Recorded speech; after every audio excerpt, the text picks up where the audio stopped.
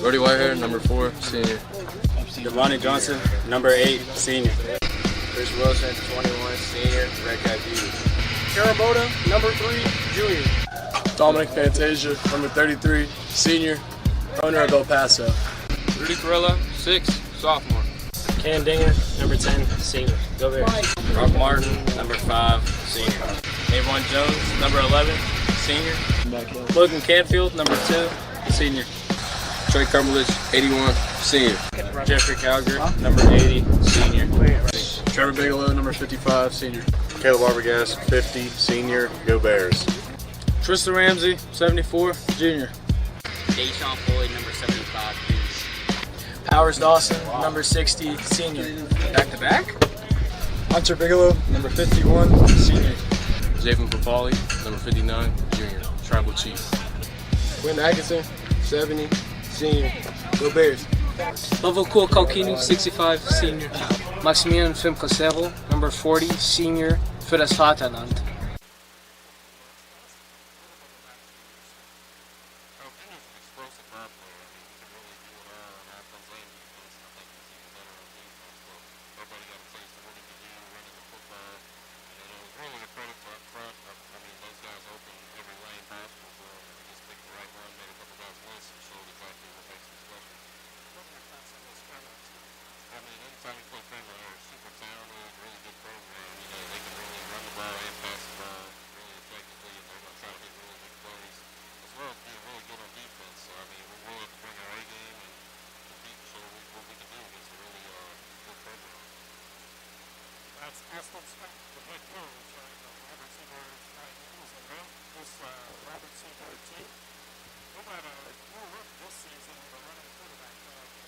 Very dangerous if you're on the other side on the defensive end. Yeah, anytime you face a dual threat quarterback like we're going to face tonight in Junior Smith, it's very critical that our defensive line and our linebackers especially stay in their lane, stay disciplined like Coach Bardick said, because it is going to stress the defense a lot with the way he can play, because he is effective with how he is able to run, but the thing is he is able to still throw the ball vertically down the field, and he can make plays in the passing game. So anytime that happens, we're going to have to be very disciplined.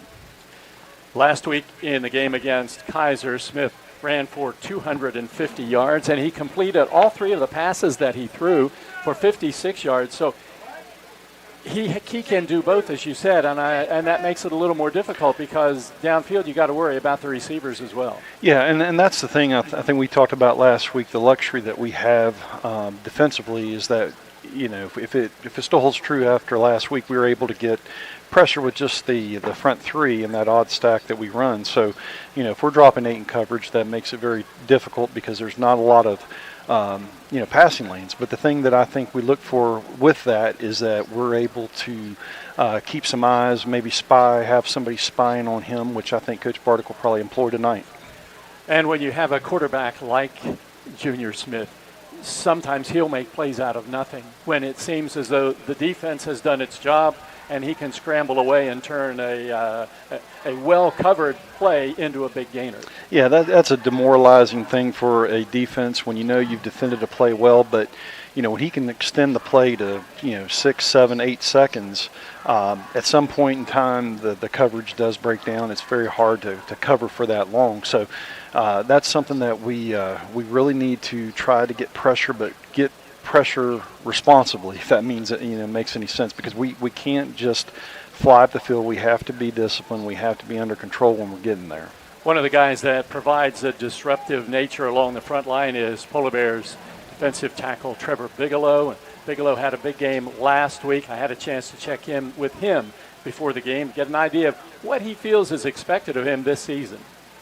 It's everything, and just means we got to leave nothing behind us and leave it all on the field. What kind of a role do you play as a senior leader? I definitely feel I got to show up and show the new kids what it's like to be a football player, and especially a Polar Bear football player, and just be a leader. You were side by side with Caleb Arbogast in the game last week, and certainly you two were very disruptive to their offense. What is it like playing beside Caleb? It's good. he definitely takes on a couple more blocks and frees me up a little bit, and that's definitely a huge aspect. This RCB team has a prolific quarterback who loves to run, gained over 200 yards last week. What's the secret to slowing him down? I'd say we just got to fit our gaps and just don't leave anything open. That's Trevor Bigelow of the Polar Bears. He makes it sound easy, Ray. Just fill the gaps and don't let anything get by you. And he did a pretty good job of that last week. Yeah, he did. He's so good with, and I think I said it on the broadcast last week. He does such a great job with using his hands. You don't really see that, really in high school football as much as he's able to do it. So he's pretty advanced with how he uses his hands. He's able to get inside hand placement, and that's going to win, and he does that tremendously well. And you mentioned last week several times the game that Caleb Arbogast was having, and he was supposed to be on this pregame alongside Trevor, but he had to leave practice early yesterday, so I didn't catch up with him. Yeah. He had 2 fumble recoveries and just was manhandling the offensive line. He's fun to watch. I mean, we talked about it last week on the broadcast as far as the way that he's able to leverage the center. But, if you really looked at this defense, this odd stack defense, the center has to play, or the nose has to play both A gaps, and that's something he does very well. And what he's able to do a lot of times, like Trevor just said, is able to occupy more than one blocker. And in some cases, it's 3 blockers. So if you do the math and there's 5 linemen, you have 2 other defensive linemen, you've got one-on-one matchups, and I like our chances in that situation.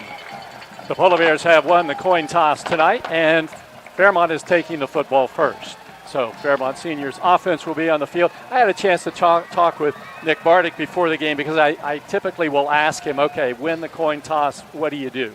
And 9 times out of 10, he says, well, we'll take the ball.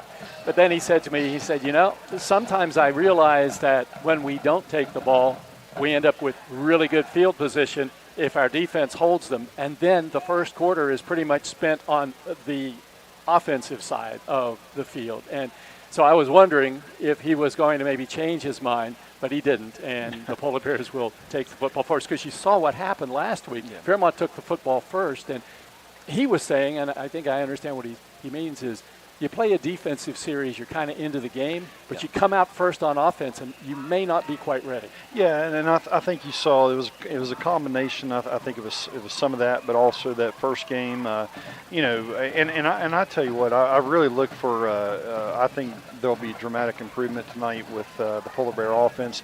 Not to say they played bad by any stretch of the imagination, but it's one of those things where I think with the timing and all those things, I think you're going to see a jump tonight with the way we play offensively. Number 18, Stratton Waddell. Stratton Waddell will be kicking off for RCB. They're wearing the green uniforms, green pants, green jerseys, green helmets, blue numbers, blue and white, blue numbers with white trim. Polar Bears in the blue pants, white jerseys, white helmets, and blue numbers.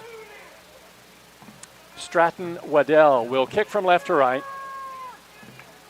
And the Polar Bears have Johnson, Wilson back deep.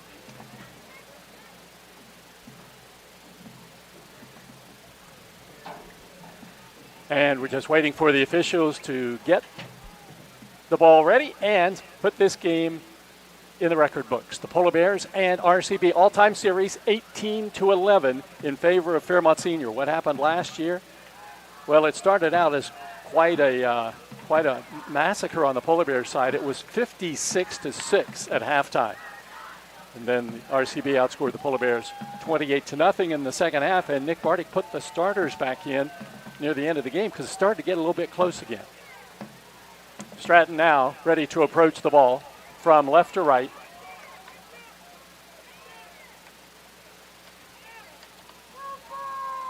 Gets the signal from the official. And this game is underway as Stratton kicks it downfield end over end, and it is going to be taken by Johnson at the 10. He gets out to the 15, to the 20, and is smothered at about the 22-yard line, and that's where the Polar Bears will go first down and 10. Number 8, Johnson on the return. 10-yard return.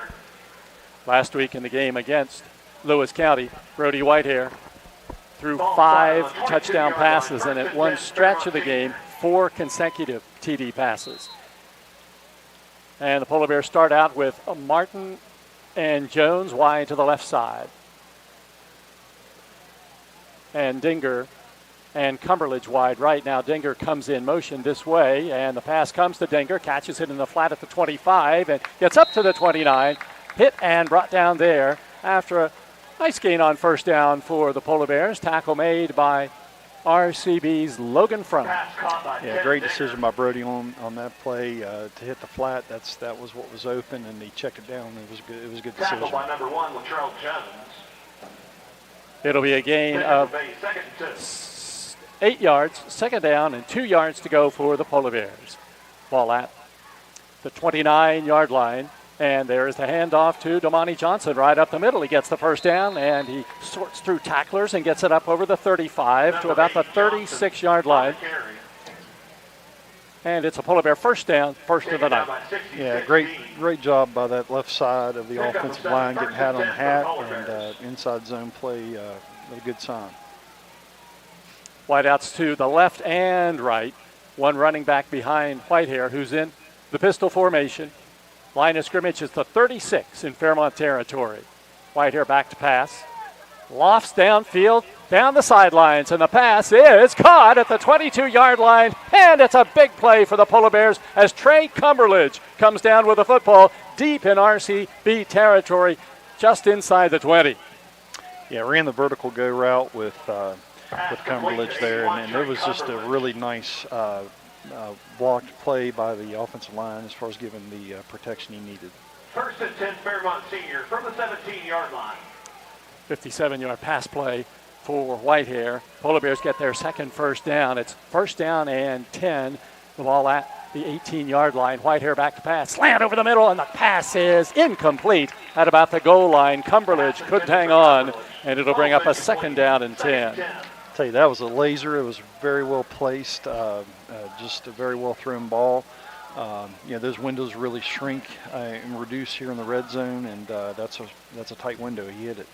Cumberledge had a touchdown last week, but it was called back. Polar Bears tried to get him one there. Second down, 10 yards to go. Handoff goes up the middle to Johnson inside the 15, the 10, the 5. He's into the end zone. Hits up, Polar Bear touchdown. Damani Johnson takes it in, and the Polar Bears score and lead it 6-0. Yeah, I tell you, Jeff, on these 2 inside zone running plays they've had so far, really encouraging to see the hats on hats. Early on, you want to see if we're able to get those hats on hats, and we did that very well on that play.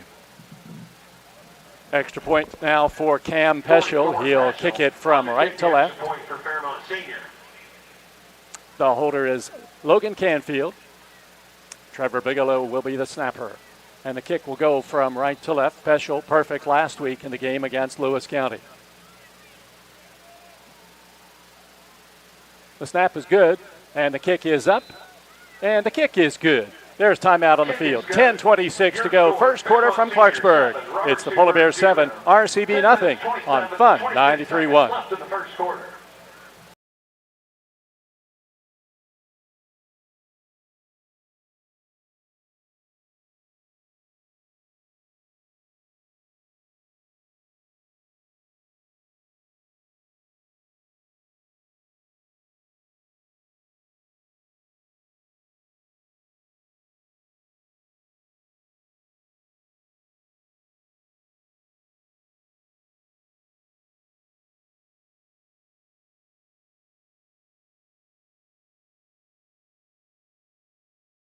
On 93.1 WFGM, brought to you by your local Parmar store. Here's the voice of the Polar Bears, Jeff Carpenter. 3 passes and a couple of runs, and the Polar Bears are on the scoreboard with a 7-0 lead over the Flying Eagles. And Fairmont Senior will kick off with the ball teed up at the 40-yard line in the center of the field. Cam Peschel will be doing the kicking. Number 1, Latrell Jones. The number 3, Junior Back Smith. deep for the Flying Eagles. Side by side, Latrell Jones and Junior Smith. They're standing at about the 15-yard line. Peschel can typically kick it a little deeper than that. sun shining down on the field here in Clarksburg, and here is Peschel's kick, end over end, and it is deeper, and it guts over the head of the returner into the end zone for the touchback. So Peschel did a nice job on the kickoff, and RCB will get it 1st and 10 at its 20. Yeah, I tell you, Jeff, we talked about that jump that is made from game 1 to game 2, and that last drive really illustrated that. A very efficient drive by the Polar Bears. Showing the ability to do both, run and pass, and that what makes Fairmont a difficult team to defend. Absolutely. And we saw last week the depth at running back for this Polar Bear teaming. Chris Wilson comes off the sidelines and runs 98 yards for a touchdown, only to be called back. And then you have Jordan Wagner go in from long distance in one of the reserve spots. 1st and 10 for RCB. Sophomore quarterback Junior Smith. It's their headline player. Latrell Jones in the backfield along with Smith. And there is the handoff to Jones, and he is hit in the backfield by Logan Canfield for a tackle for loss. Yeah, just the way you draw it up, the way you play that. I mean, you fill that C gap the way it's supposed to be filled. Canfield had quite a game last week, and he's already off to a good start on the first play here tonight. Inside 10 minutes to go first quarter. Fairmont on top 7-0. Front line for the Polar Bears. In the middle, it's Arbogast, Calgar on one side, and Bigelow on the other. Outside linebackers, Boda and Fantasia. And there's the snap to Smith. Smith takes it upfield, and he gets back to the line of scrimmage and gives ground, and he's thrown to the turf by Brock Martin at about the 18-yard line. So it looks as if it's going to be another loss on the play, a 1-yard loss. It'll be 3rd down and 12 yards to go. Yeah, just relentless pursuit by the Polar Bears that time. You kind of would want to see, like, if when a whistle's blown, where's everybody in relationship to the football, and you pretty much see all 11 right around the football. That's very, very good to see. So it's 3rd down and 12. The ball at the 18 in RCB territory. The clock turns down, close to 9 minutes to go here in the first quarter, and the Polar Bears hold a 7-0 lead, itching to get the football back, and now timeout called by Robert C. Byrd. 8:59 to go first quarter. Fairmont Senior 7, RCB nothing on 93.1 WFGM. Hi, my name's Zach Frazier, and I'm from Fairmont, West Virginia. And when I'm back at home in Fairmont, you'll find me at my local Parmar store. We had that golden boot pride at Parmar. There are literally hundreds of Parmar stores in West Virginia, Kentucky, Ohio, and Pennsylvania, and even more on the way. Download the Parmar app to save even more. And whether it's food, gas, groceries, or whatever, we have you covered at Parmar. West Virginia proud and ready to serve you. If there's not a Parmar store near you now, there will be soon. And it. Now back to Polar Bear football on 93.1 WFGM. Brought to you by your local Parmar store. Here's the voice of the Polar Bears, Jeff Carpenter. RCB coach Austin Scott now has an offensive decision to make. He's looking at a 3rd down and 12, deep in his own territory at the 18-yard line. Took a timeout to talk it over with his offense, and now they come to the line of scrimmage. Latrell Jones to the right of quarterback Smith. On a 3rd and long. Long count, trying to draw the Polar Bears offsides. Unsuccessful. And Smith now on a keeper in the backfield. Stiff arms one tackler, gets back to the line of scrimmage, and over the 20 to the 22-yard line. Fantasia covers him up there, and it'll be a 4th down and long coming up for RCB. The ball set down at the 23-yard line, a gain of about 5 yards on the play. Yeah, great team defense by the Polar Bears that time. Fantasia did a good job of hemming him in and filtering him in to Brock Martin also. So just the way you want to play it. Punting situation. Dom Fantasia had a punt block in the first game. Stratton Waddell, as the punter, stands at his 10. The line of scrimmage is the 23. High snap goes over his head into the end zone. He runs back into the end zone, picks it up, and now tries to run out with it and punt it, and he gets it punt it downfield. It hits at the 30, and it rolls up to about the 37, 38-yard line, and that's where the Polar Bears will get it. That was quite a job by Stratton Waddell, somehow fielding the ball in the end zone and then was able to punt it downfield. I'd tell you, that was one of the most impressive things I've seen in a high school football game, because if you would have told me he got that off, I wouldn't have believed you. That was tremendous just to at least get a punt out of that. Because the snap wasn't just a little bit over his head. He didn't even jump for it because there was no way. He just started to turn and head to the end zone, and when he picked it up, he was almost out of the end zone and then managed to punt it away. So the Polar Bears get it. 7:56 on the clock here in the first quarter, leading 7-0, but it's still great field position at the RCB 38-yard line. 3 receivers to the right side, and Whitehair is back to pass. Sets up. Lofts it down the near sidelines. The pass is in and out of the hands of Chris Wilson. He should have caught it at the 20-yard line. He just dropped it spinning around on the sidelines, and it's 2nd down and 10. Yeah, and that's the thing that's going to come. I mean, again, this is early on with the relationship with Brody and the receivers, but the thing that I am encouraged by right now is the protection that this Polar Bear offensive line is giving him. Looks very good so far. So Fairmont has 2 receivers to the right side, Jones and Martin. Dinger wide to the near side. Tight end Cowger to the near side as well. And Whitehair to pass, far side. The pass is overthrown, intended for Martin at about the 30-yard line. No chance for Brock on that one, and it's incomplete. 3rd and 10. Number 5, Elijah Chips on the coverage for RCB. 3rd and 10.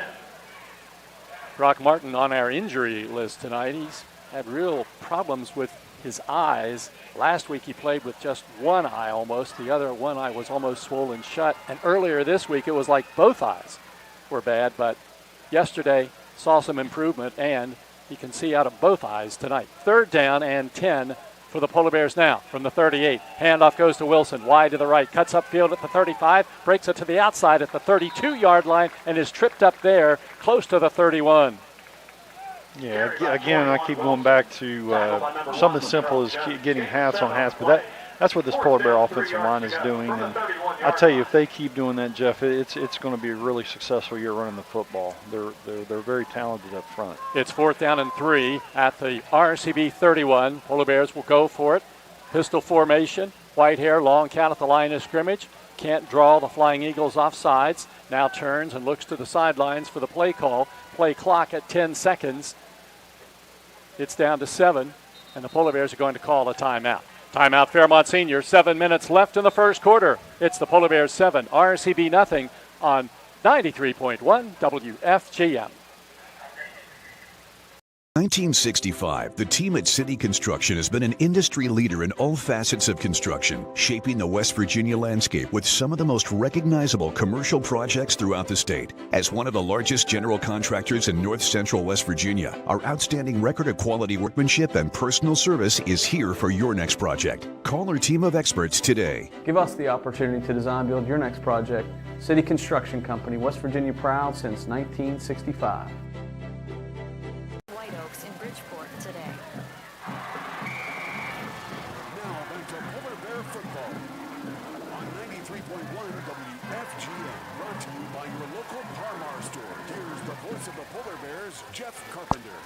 Fairmont leads 7-0. It's 4th down and 3 in RCB territory. The ball on the 31-yard line. And the Polar Bears have 2 receivers wide to the left side. Whitehair has Wilson behind him on a 4th and short. He's back to pass. Sets up, goes for all the marbles into the end zone and overthrows Navon Jones. It's incomplete, and the Polar Bears give it up on down. So Polar Bears go deep on 4th and 3 unsuccessfully, and RCB will take over with 6:55 on the clock in the first quarter.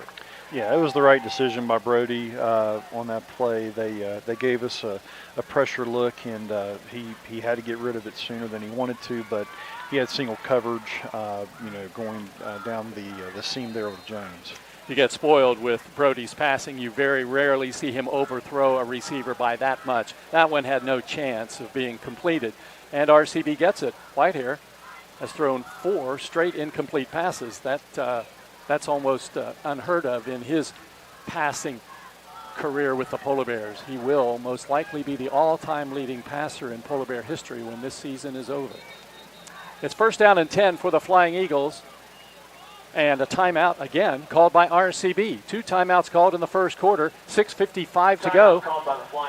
Here in quarter number 1, the score, Fairmont 7, RCB nothing on 93.1 WFGM.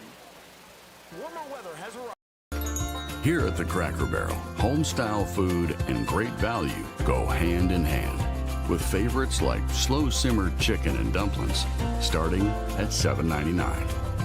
Or perfectly golden fluffy buttermilk pancakes with your own bottle of warm syrup.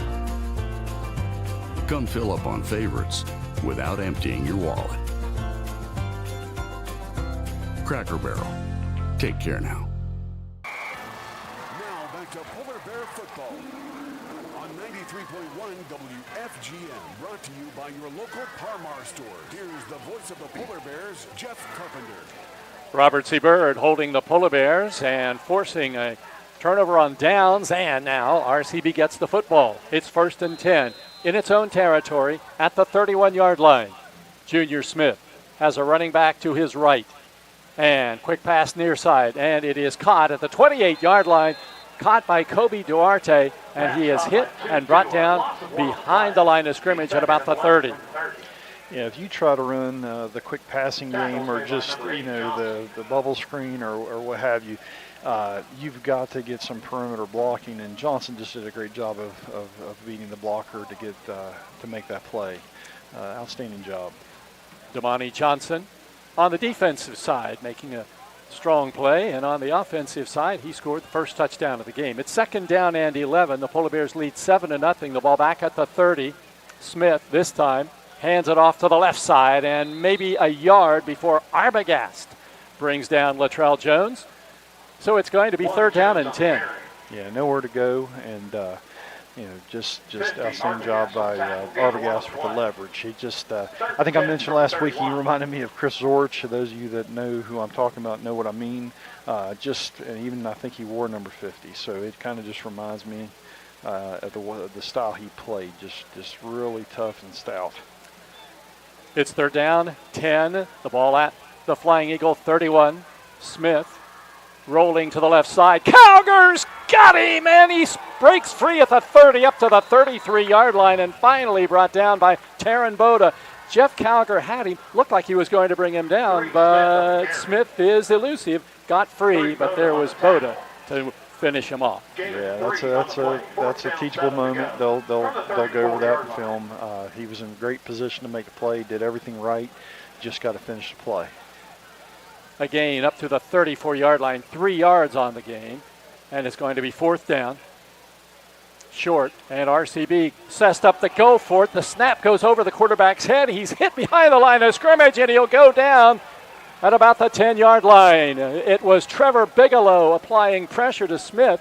I'm not sure why they were not in punt formation, but Smith, as the quarterback, took the high snap and was brought down at about the 12-yard line. Yeah, unless they were going to try a quick kick or... Yeah, that's what I was thinking. Maybe have the quarterback, because the Polar Bears have done that in the past, but in that situation, certainly a big defensive play for the Polar Bears. They have it at the 12-yard line, 4:53 on the clock, first down and 10 yards to go. White here with a running back on either side of him. He gives it to Johnson, breaks it to the outside at the 10, cuts in at the 5, he's into the end zone. It's a Polar Bear touchdown. Damani Johnson scores on a 12-yard touchdown run, and the Polar Bears lead 13-0. Yeah, Jeff, the game within the game, just showing the veteran quarterback that we have in Brody. They were overloading our left side, and to me it looks like he audible to the right side because it was a lighter box of personnel over there, and he did a great job of calling the run to the right. Peschel ready to attempt the extra point from right to left. Ball on the tee. The kick is up, and the kick is good. And there's timeout on the field with 4:47 left in the first quarter. It's the Polar Bears 14, RCB nothing on 93.1 WFGM. Extra point is good. Hi, this is Meredith Mayer from Fairmont, West Virginia, and when I'm back home, you can find me at my local Par-Mar store. We had that thundering herd pride at your local Par-Mar stores. We are over 200 stores strong and growing. Download the Par-Mar app for even more savings and sign up for the Par-Mar rewards card. Whether it's food, gas, or groceries, we have you covered. We are Marshall and we are Par-Mar stores. If there's not a Par-Mar store near you now, there will be soon.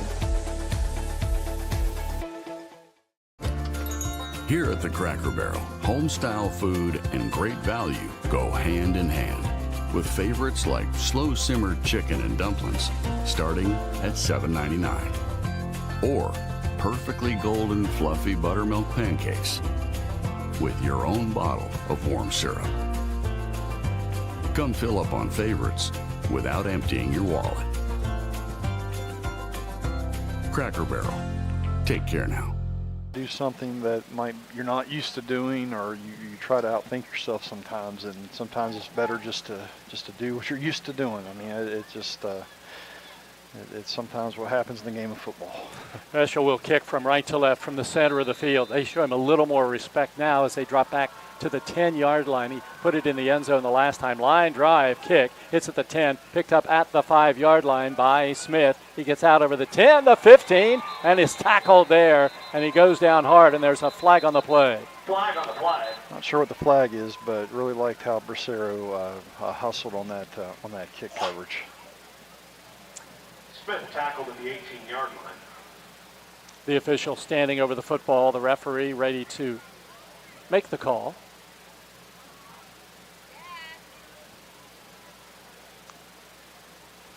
Ball is marked at the 18. During the return, personal foul, force caller, number 40. That'll be a 15-yard penalty. Personal foul called on the Polar Bears. So you heard the official there. I like it when you can hear the officials and you can tell who the penalty was called on. Max Bracero called for the horse collar tackle. And the ball comes out to the 33-yard line after that 15-yard Fairmont penalty. That's the first penalty for the Polar Bears tonight. Yeah, and that's something that, as this game goes on, we want to see. That's another area of improvement that we can make from game 1 to game 2. Ball comes out now to the 33-yard line. RCB goes 1st and 10 from there.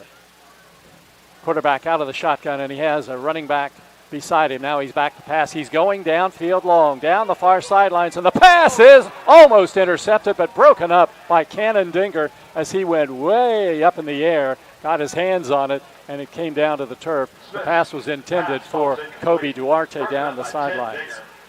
Just watching that play that time, we only rushed 3, but there were 2 double teams, and so that left Calgary as a single, blocker trying to block him. So he should get some definitely one-on-one matchups, and I like our chances with that.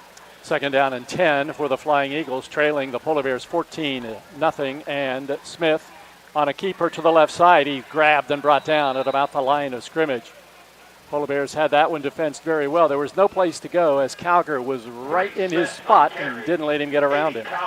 Tell you, Jeff, that was really fun to watch that time by Calgary. He played that he leveraged it. He played with his outside arm free, and just turned the ball carrier back in and made a phenomenal play. That's the way it should be done. It's 3rd down and 10 now for RCB. Still looking for its first down. This is its 3rd possession of the first quarter.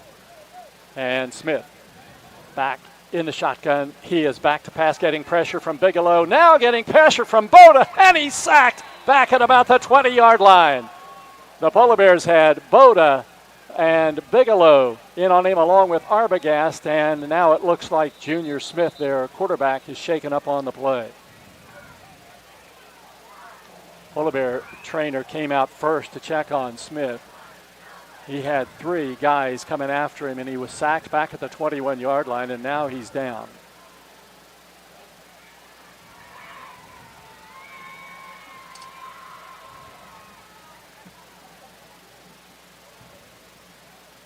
there was just pressure coming from each angle. You know, Smith simply had no choice. He's elusive, but there's nothing you can do in that situation. Well, and the thing is, when we bring the pressure, getting pressure with the three usually that we're getting, and then, you bring an extra rusher, it seems like 20 are coming because of how effective those three up front are. So, when you couple that with another guy, you bring another guy off the edge, it causes a lot of confusion with that offensive line.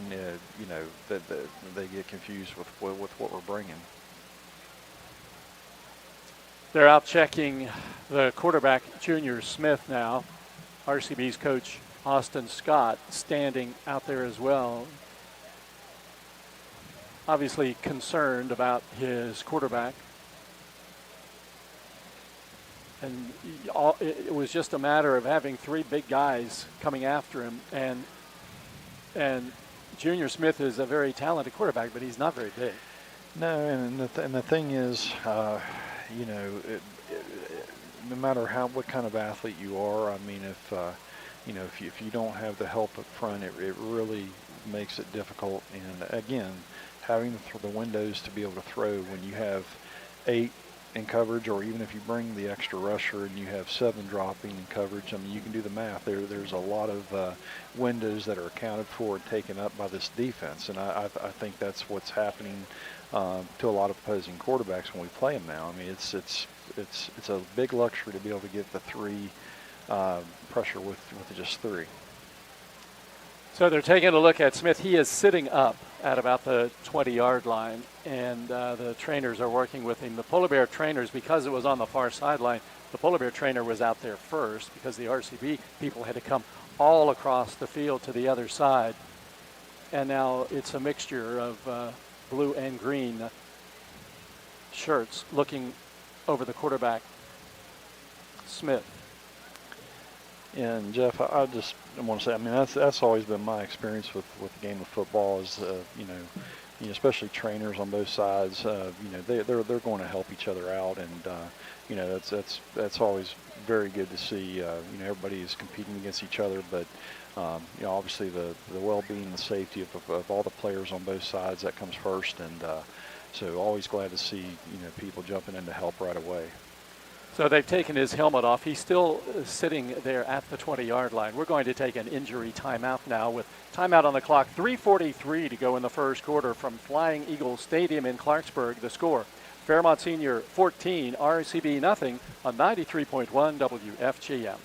I'm Keith Powell, and going on right now is my Keith Says Yes Fest. I'm saying yes to lowering your payments, yes to your trade-in, regardless of condition, miles, even if you're still making payments. My Keith Says Yes credit approval process helps me say yes, you're approved. So if you want new Chevys, yes.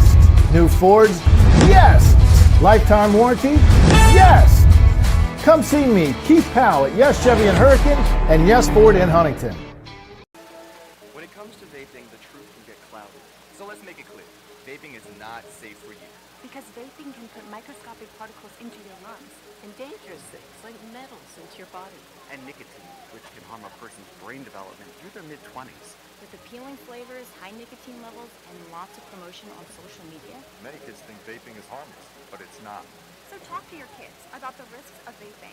Because when you talk, they hear you. Learn more at underagedrinking.samhsa.gov.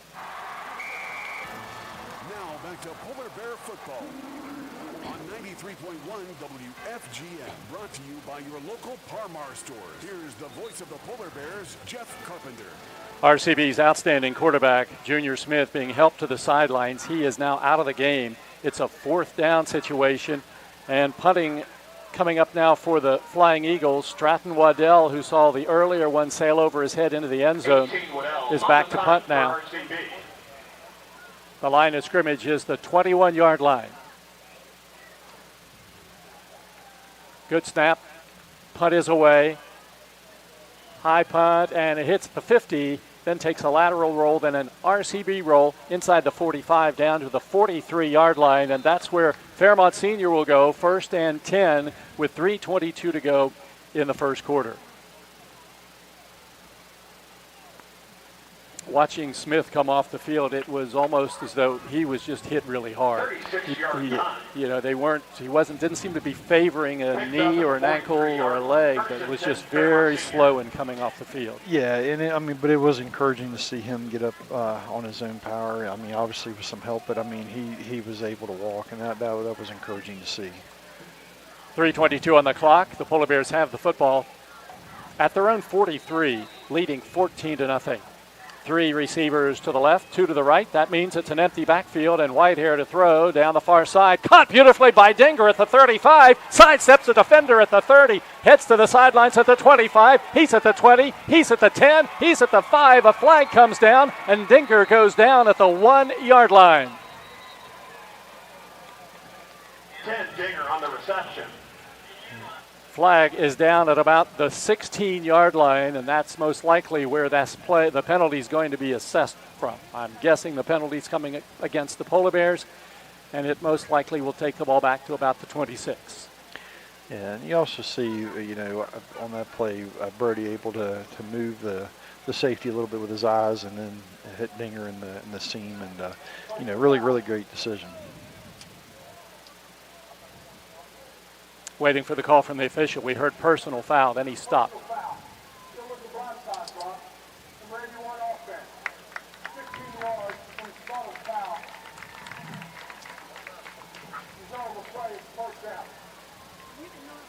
Personal foul call on the Polar Bears. It'll be a 41-yard pass to Dinger, and then you're going to assess a penalty of 15 yards. Trey Cumberledge called for a blindside block. But still, big play for the Polar Bears. And a first down. The ball down at the 31-yard line. And back to pass is Whitehair. In the pocket, he sends it into the end zone. The pass is caught. It's a Polar Bear touchdown. Navon Jones catches the TD pass from 31 yards out. And the Polar Bears strike again and lead it 20-0. And I'm going to go back to this offensive line. When you run a double move like they just did with Jones, you have to have the time to do that. And this Polar Bear offensive line is protecting very well so far. Cam Peschel ready to attempt another extra point. The ball is on the tee. The kick is up, and the kick is good. Timeout on the field. 2:56 to go. First quarter from Clarksburg. Fairmont Senior 21, Robert C. Byrd nothing on 93.1 WFGM.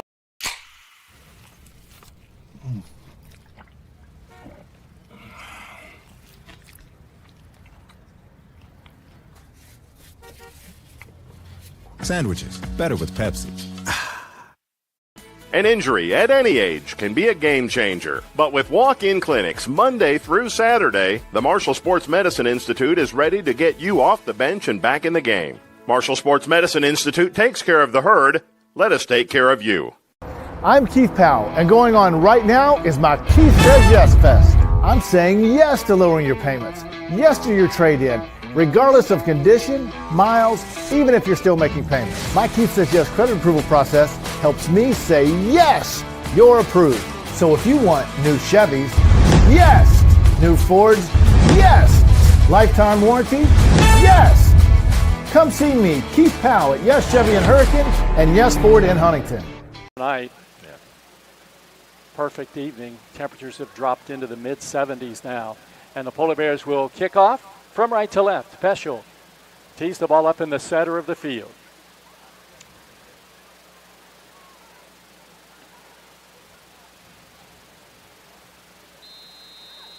Jones and Duarte are deep. Here is Peschel's kick. End over end, and it is going to be taken at the 6-yard line. And it's carried out over the 10, the 15, and the 20-yard line, and that's about all.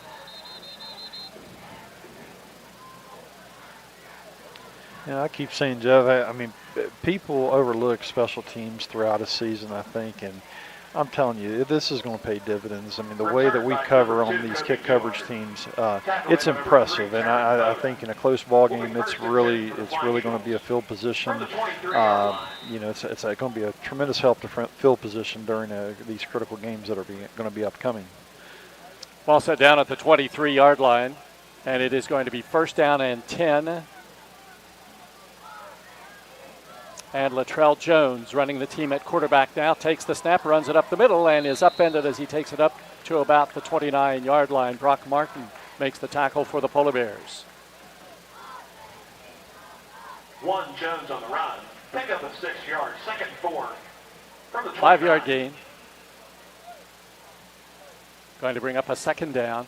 Give him 6, make it 2nd and 4 yards to go. Latrell Jones, senior, 5'10", 160. He was the running back alongside Smith in the backfield. Jones takes the snap again, tries to go wide to the left, and he is nailed at about the line of scrimmage. Polar Bears had that one well covered, and it's going to be 3rd down and about 4 yards to go. Yeah, just really nice job of leveraging that time and, playing gap responsibility up front by Ramsey and Bracero at that time. It's just really nice job. This is the first 3rd and short play that RCB has had tonight. It's 3rd down and 3. They have the ball at the 30. They need to take it to the 33 in their own territory for a 1st down. They shift the running backs. The quarterback is in the shotgun, and that's Jones. Jones takes the snap, running this way, gets to the line of scrimmage, and that is it. Really stopped there as he hit the 30. Then he hit 3 white jerseys and came down. Yeah, that 3rd down defense is always, Coach Bardick is always dangerous in those situations because he comes up with those creative blitzes to get a little added pressure in those situations, and did a nice job on that play with the call. Game clock down to a minute to go in the opening quarter. The Polar Bears have a 3-touchdown lead. Punting situation for Stratton Waddell. Stands inside his 20. The line of scrimmage is the 30. Canfield set to return for the Polar Bears, and flag at the line of scrimmage. And the Polar Bears offsides. That'll give, no. I saw the offside signal. I just assumed Polar Bears, but let's be sure. And it is offsides against the Polar Bears. So, offsides penalty gives them a 1st down. That's one of those, you just shake your head.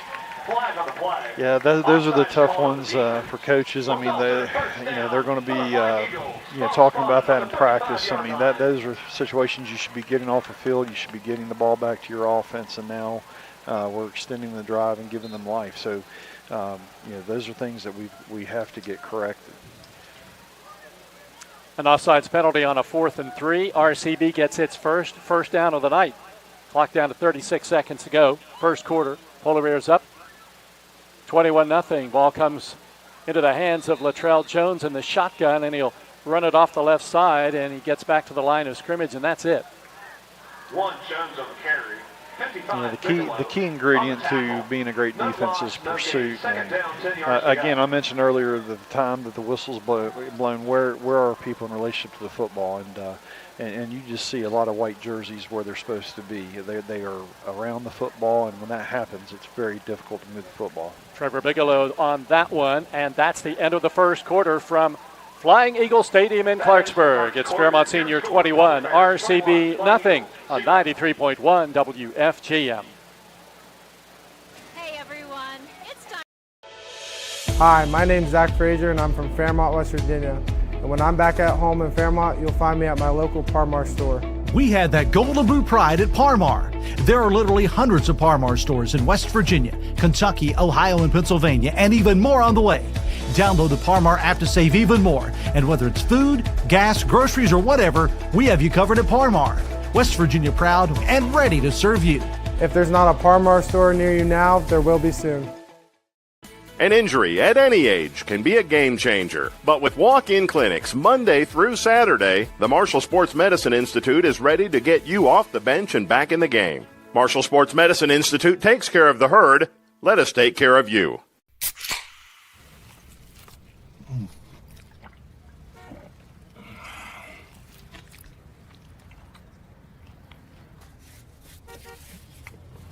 Sandwiches, better with Pepsi.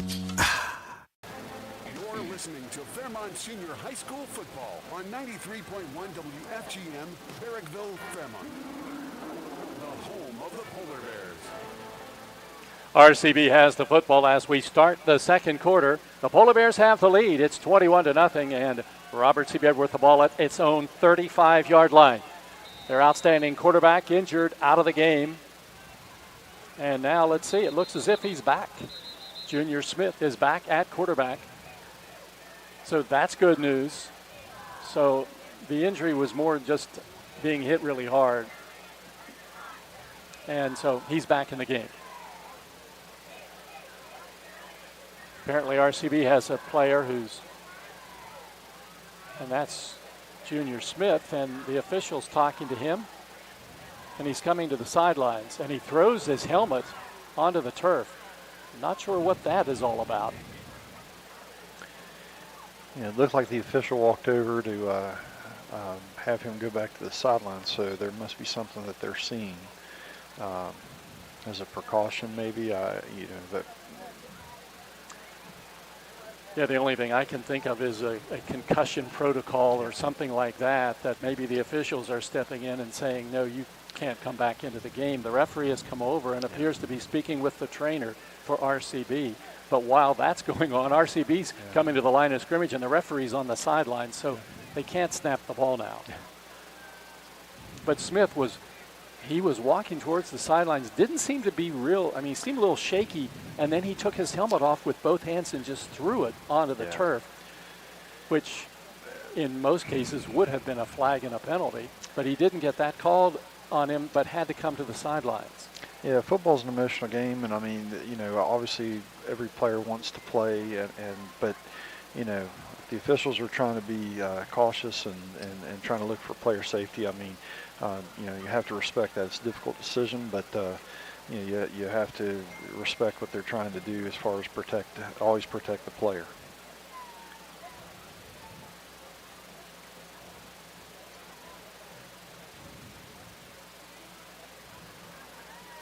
So Junior Smith not coming back into the game, and he comes to the sidelines, helmet not with him now, and it's going to be 2nd down and 10 for the Flying Eagles. This will be the first play of the second quarter. The Polar Bears have a 21-0 lead.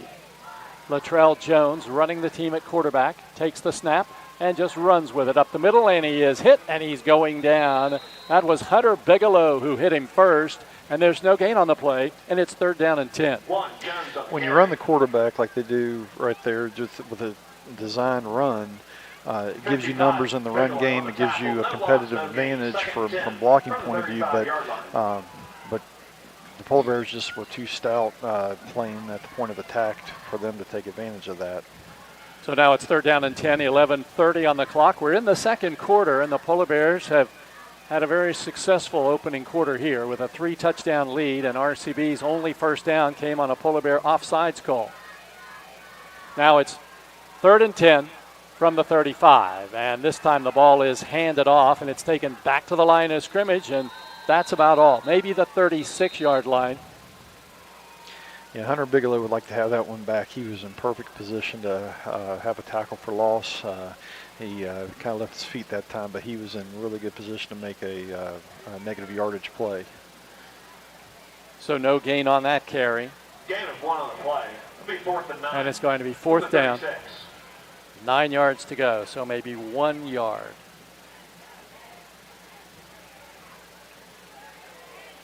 And a punting situation for Waddell, who's got a loose leg right now. High snap, brings it down, punts it away, and this is a nice floating punt, and Canfield sees it go over his head, and then it rolls down inside the 5. Will it get in the end zone? It does. It somehow managed to roll into the end zone, and it's going to be a touchback. That one seemed like it should have been down. If I'm the punter's dad, I'm not very happy. Yeah, it looked like it was one that if they would have kept pursuing the football, they would have had a chance. But it just, like you said, they just let it trickle into the end zone. And I was a punter's dad. I guess maybe that's why I look at it that way. So it's going to be 1st and 10 for the Polar Bears. 10:18 on the clock at the change of possession. Fairmont Senior has pretty much had its way offensively. 3 touchdowns in the first quarter. 2 on the ground and 1 through the air. Running back behind Whitehair now on a 1st and 10 from the Fairmont 20. Whitehair looks to the sidelines. Now takes the snap, hands it off to Chris Wilson. Cuts inside a block. He gets to the 30. He's at the 35. Flag is down as he takes it over the 35, close to the 40-yard line. But a flag was thrown at the 26. Carry 21 Wilson, tackled by number 2 Kobe Duhart. Flag on play.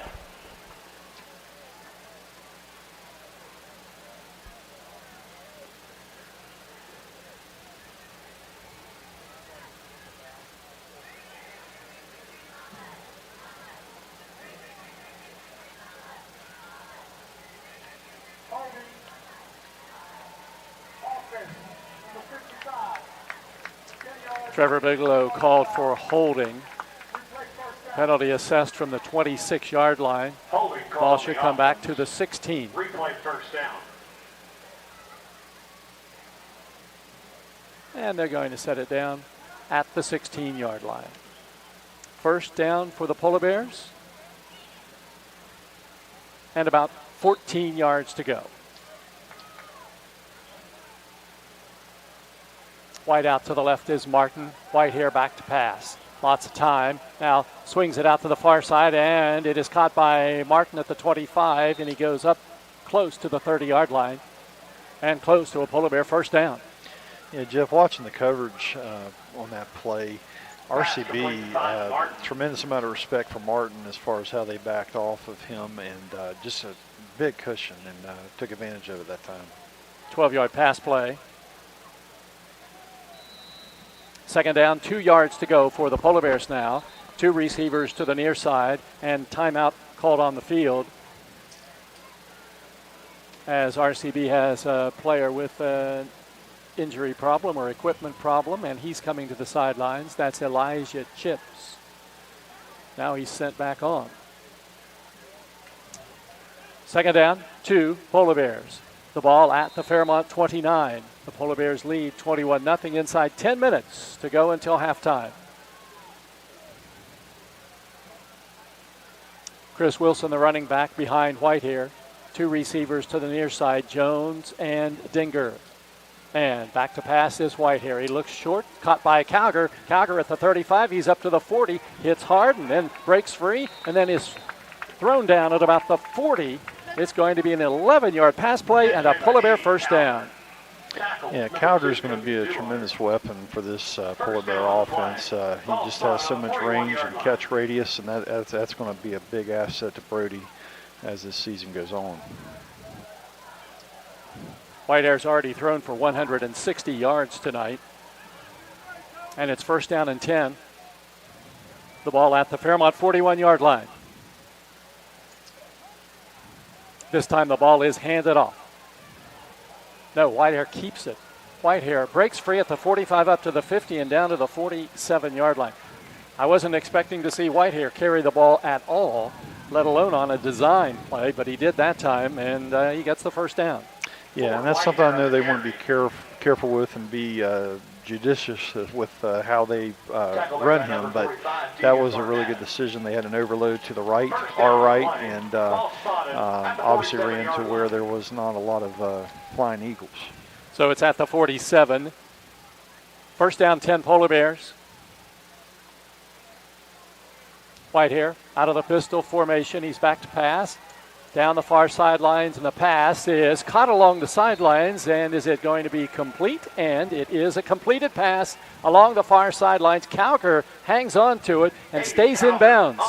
And it's going to be a first down for the Polar Bears down at about the 27-yard line. It'll be a 20-yard pass play. Yeah, that Polar Bear offensive line is giving tremendous time. You can't do that with Brody. He's got way too much time to sort things out. He's 7 for 11 passing and hands it off now to Wilson, coming wide to the near side. He's at the 25, the 20. He's at the 15, the 10, the 5. He's into the end zone. It's a Polar Bear touchdown. Chris Wilson carries it in from 27 yards out, and the Polar Bears score again and lead it 27-0.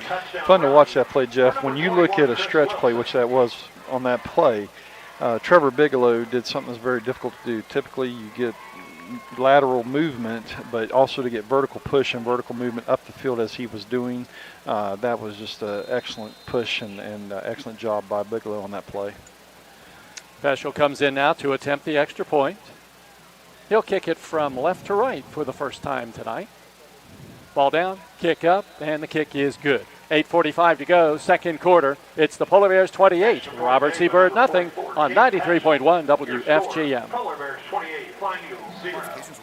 City National Bank, where you can purchase or refinance your home with the no down payment Champion Mortgage. No down payment, no private mortgage insurance, no kidding. Visit your local branch to get started today. City National Bank, member FDIC, equal housing lender. To learn more, log on to mortgage.bankatcity.com.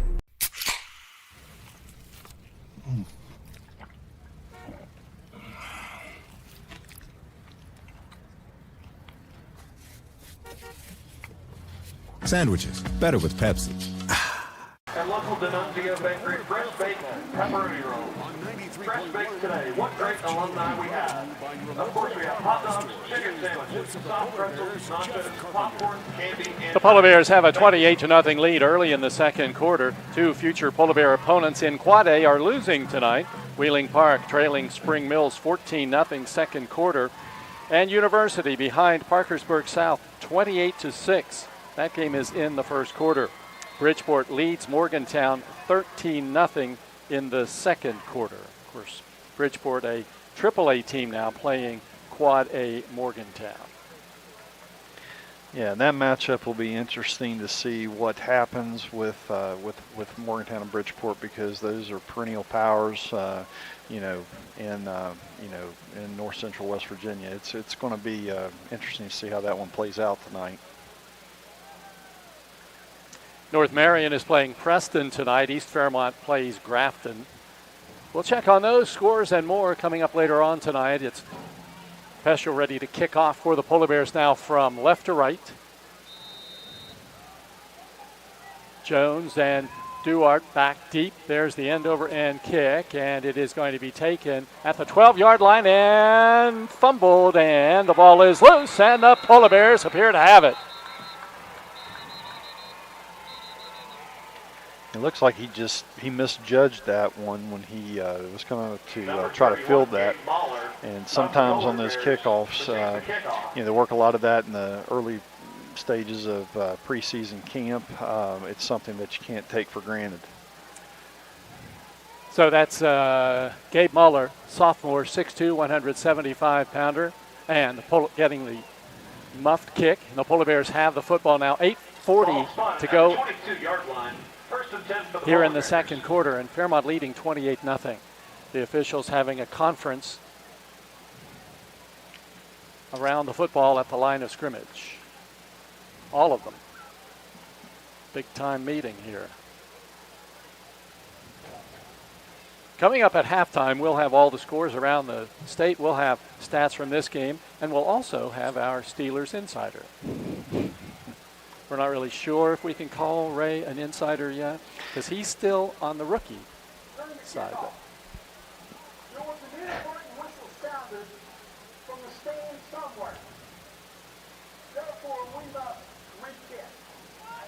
Wow, I have never, ever seen that. No, I've done a lot of football, and I've been involved with a lot of football, and I'm not at a high school football game. I think I've seen it at the professional level and maybe even the collegiate level, but not at the high school level. Yeah, the official said there was an inadvertent whistle from the stands, so I don't know if that's inadvertent, because if someone's blowing it in the stands, it's probably because they want to. But because of that, they're doing the kickoff over again, and whether that had anything to do with the play, I mean, a returner heard a whistle. He was just going to throw the ball down on the field. Right. That's but in this game, it really doesn't matter. It's just unusual that you would have a do-over. So those stats, you just erase them like it never happened. We'll do it again.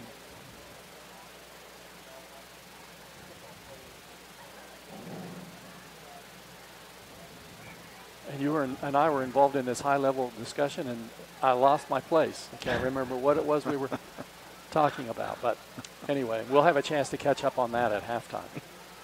We'll talk about that and lots else. There you go.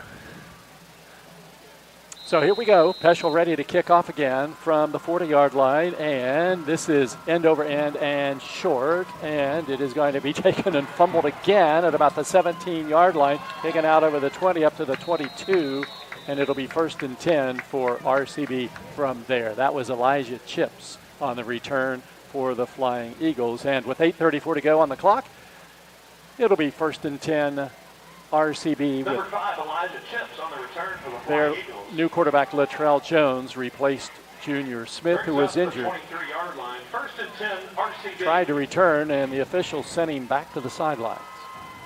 And that's something I've never seen. So we're in one half.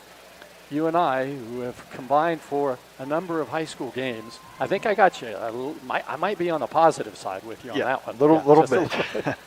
You and I have never seen that. No, I have not. We've had two things we've never seen, and we're still early in the second quarter. Yep.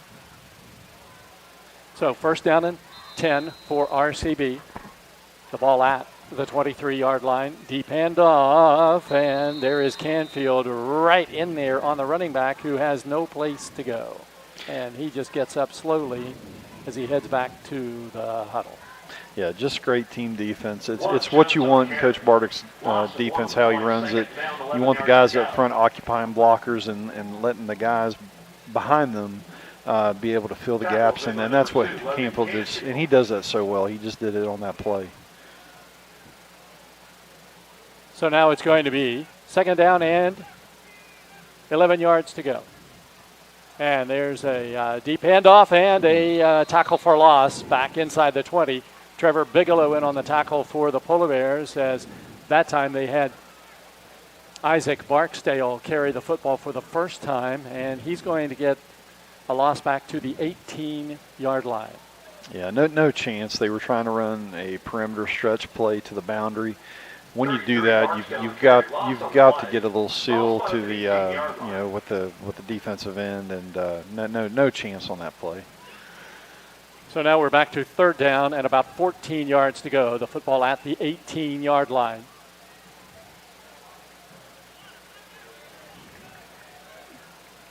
The Flying Eagles have Sean Snodgrass, a freshman, in at quarterback now. He takes the snap, and he hands it off to Latrell Jones off the right side, and Jones has nowhere to go. He's stopped at the line of scrimmage, and there is a flag on the play at the line of scrimmage.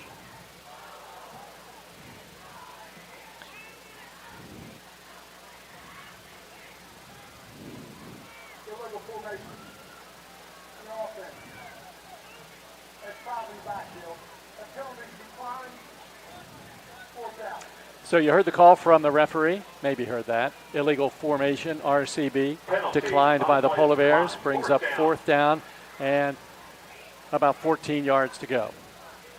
Line of scrimmage back at the 23-yard line. Waddell into punt. Canfield back standing at the 50. Waddell stands at his 5-yard line. Good snap, takes lots of time and gets it away, and he goes down. And there's a flag thrown. Canfield tries to catch the punt, and he loses the ball, and it's taken away by RCB. Let's see. It's all coming back because it looks like there was roughing the punter on the Polar Bears. Canfield, I think maybe he got a hand on it as he was trying to catch it, and then RCB then looked as if it recovered the football, and if it did, they'll have it there. Yeah, it looks like they're going to get us for, like you said, running into the punter. I think Fantasia, they might have him for that. Let's see how they call it.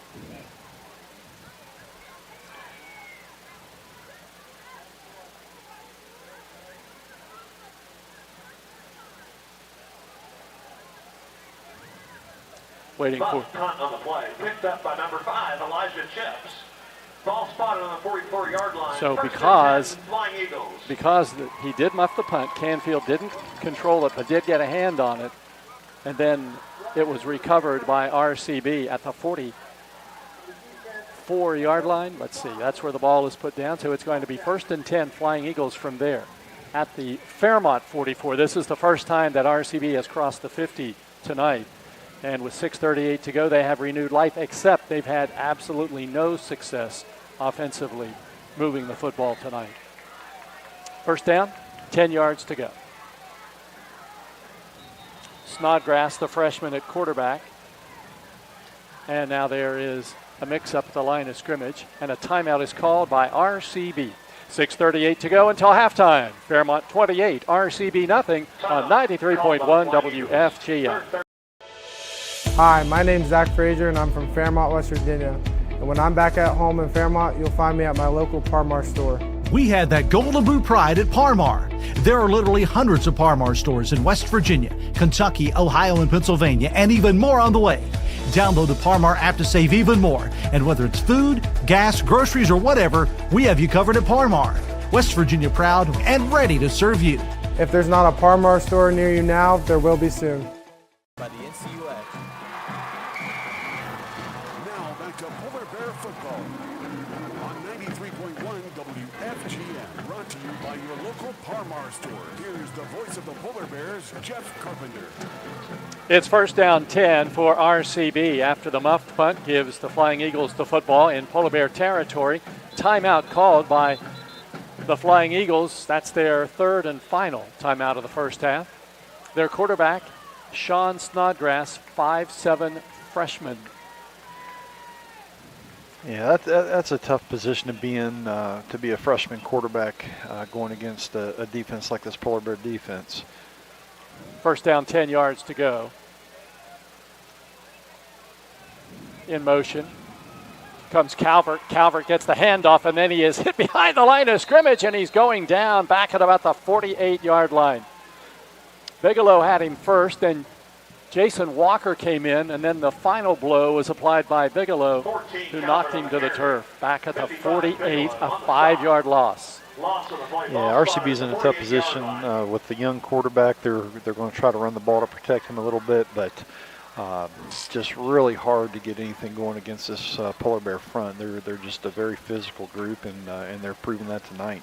They've had 6 negative plays in this first half, and it's second down and 14 yards to go now. Snodgrass hands it off right up the middle, and it's taken by Latrell Jones, and he's hit in the backfield by Arbogast and then covered up at about the 50. It'll be a loss of 2 more yards on the play, and it's going to be third down and about 16. Yeah, if you become one-dimensional against this Polar Bear defense, good luck, because it's when they can tee off and they know you're going to run the ball, you're going to throw the ball, and that's predominantly what you're doing. That they're just really tough to defend when that situation presents itself. Snodgrass is the quarterback, and he's in the pistol formation. He has a running back behind him. That's Jones, and he gives the ball to Jones up the middle, and he'll take it inside the 50 down to the 47, and it'll bring up a fourth down. If you happen to be watching this game and you're looking at a number 26 and you're trying to figure out who's 26, well, that's Jordan Wagner, who forgot his jersey and had to pick a number that's not being worn, and that was number 26. Fourth down coming up at about 13 yards to go. And Waddell will be punting again, stands at his 40. Johnson back, and this punt is away, and it heads towards the goal line, and it's picked up on the hop by Johnson out over the 10, the 15, the 20, the 25, the 30, the 35, the 40, and then is run out of bounds. I think most people thought it was just going to roll towards the goal line, and Johnson went against what you're always told, and he scooped it up at the 5 and then went down the sidelines. Yeah, it's kind of that no man's land where you're not sure exactly what to do, but sometimes big plays come as a result of that. Just nice to see on that play that the Polar Bears were very careful about any blocks in the back. Ball is at the 45 in Fairmont territory. Change possession. 4 minutes, 18 seconds to go in the second quarter, and the Polar Bears have a 28-0 lead. 2 receivers to the near side. Jones and Dinger and Whitehair to pass, and he hits Jones. He catches it behind the line of scrimmage, gets up to the 45, then to midfield, then gives ground, and he's still fighting for yardage as he takes it on the other side of the 50 and goes down at the 49. A lot of effort for 6 yards, and it's going to be 2nd and 4 for the Polar Bears.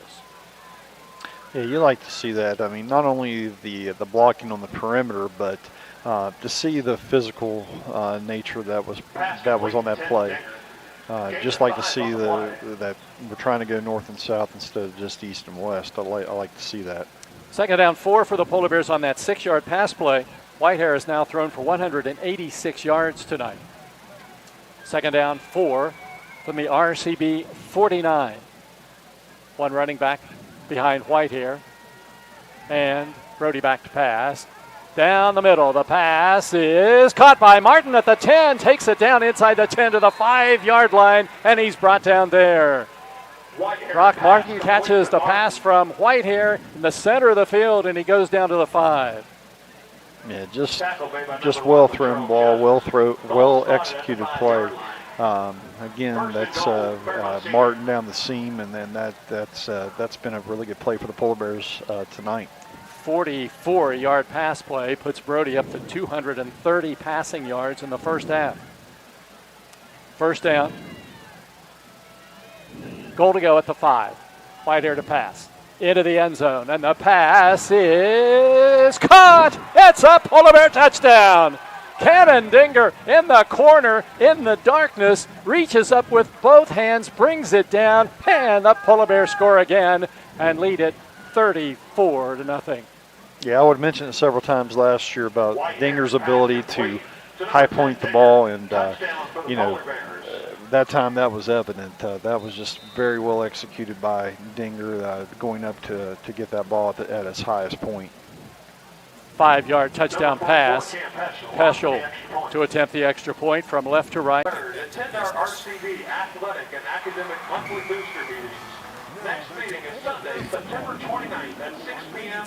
at RCB Cafeteria. Please join us. Health and ideas. The voice of the Polar Bears, Jeff Carpenter. Last 4 pass completions by Brody Whitehair, Jeff Calger, Nevon Jones, Brock Martin, Cannon Dinger. 4 different receivers on 4 straight pass plays. Love to see it, because that's something that keeps all those guys involved, but it just makes us so hard to defend when you're able to do that and you're able to spread the ball around. Yeah, you just don't know where to go, where to roll your coverage to. So we're doing a really good job, Brody in particular, as far as spreading the ball. And this Polar Bear offensive line, again, protecting very well. And you get all the defenders involved, too. Lots of different guys. Here is the kick by Peschel.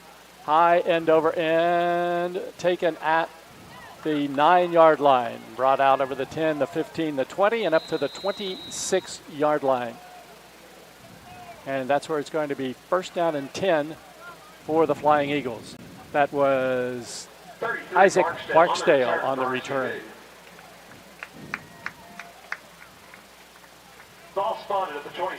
Fairmont's playing some different people in the lineup now. Javen Papali along the front line, along with Apanowitz and Bracero. Fantasia still at a linebacker position, along with Wilson. Snodgrass, the freshman quarterback for RCB, on a 1st and 10.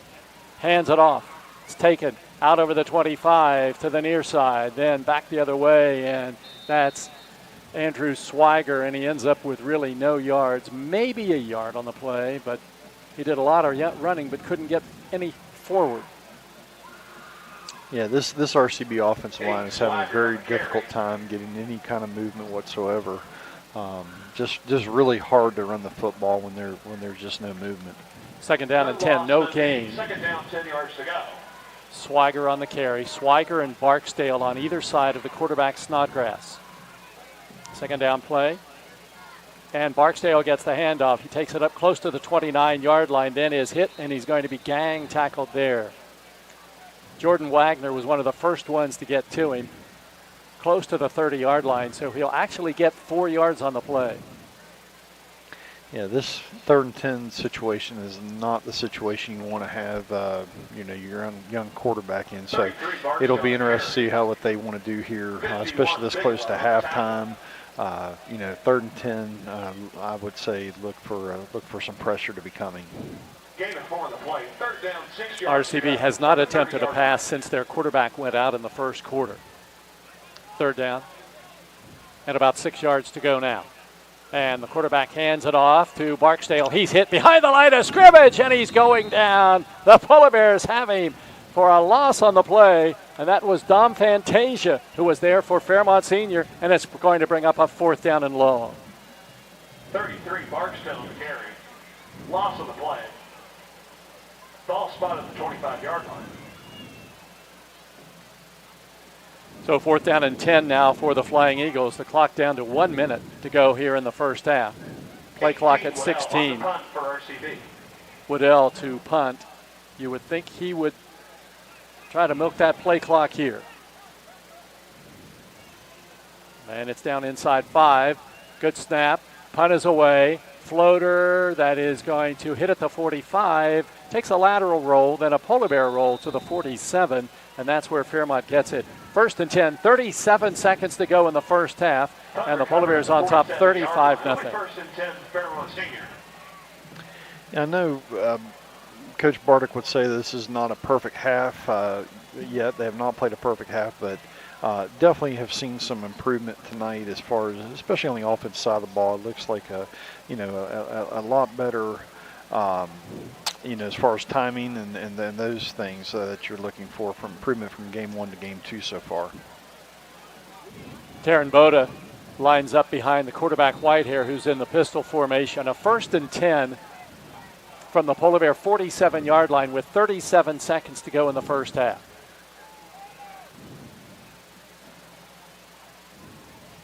Good snap. Whitehair back to pass. Now runs out of the pocket. Now he's going to have to run with it. Comes to the near side and will try to run out of bounds inside the 30, and he does with 29 seconds to go. They're going to mark him out of bounds at the 30-yard line. That'll be a gain of 23 yards for Brody Whitehair. Yeah, this is a good situation for this Fairmont Senior team to be in before the half with 29 seconds. How do they execute the 2-minute offense? The 2-minute offense that's been minimized down inside a minute when they got the football, but now 29 seconds to go, and it's 1st down and 10 at the RCB 30. Fairmont moves from left to right, empty backfield. Whitehair to pass, over the middle, the pass for Jones. He's got it! Hits a Polar Bear touchdown. Navon Jones catches the 30-yard TD pass from Whitehair, and the Polar Bears score again and lead it 41-0. Yeah, just very well executed throw.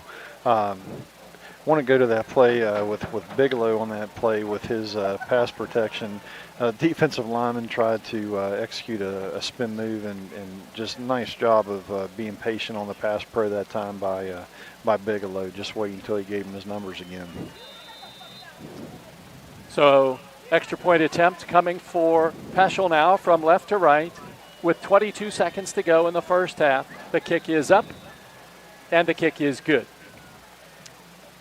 And there's timeout on the field with 22 seconds left until halftime. The score, Fairmont Senior 42, RCB nothing on 93.1 WFGM. 1965, the team at City Construction has been an industry leader in all facets of construction, shaping the West Virginia landscape with some of the most recognizable commercial projects throughout the state. As one of the largest general contractors in north central West Virginia, our outstanding record of quality workmanship and personal service is here for your next project. Call our team of experts today. Give us the opportunity to design build your next project. City Construction Company, West Virginia proud since 1965.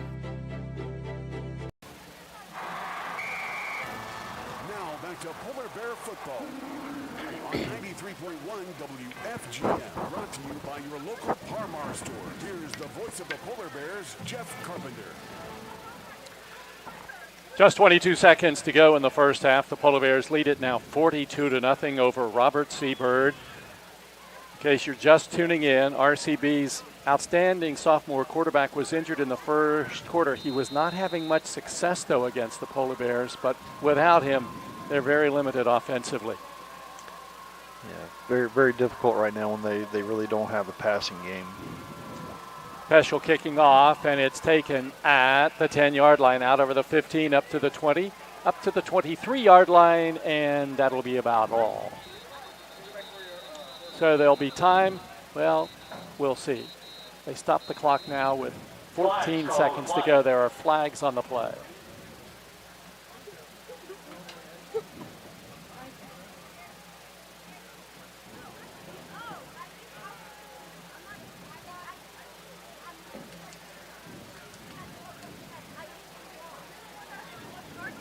Two flags, different parts of the field. The referee standing between both of them, and one of them was his.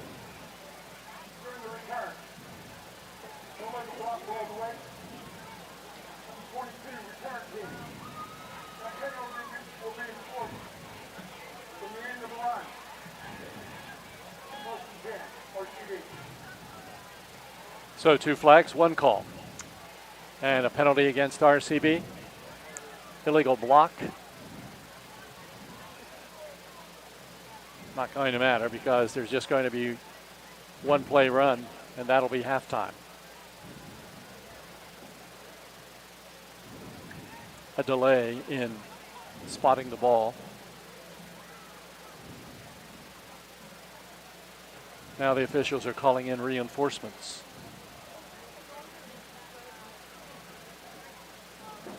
They set it down at the 23, and then they'll assess the 10-yard penalty.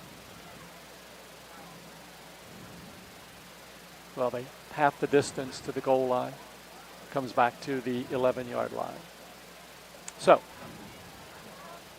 RCB gets the ball. First down 10. 14.8 seconds to go in the first half.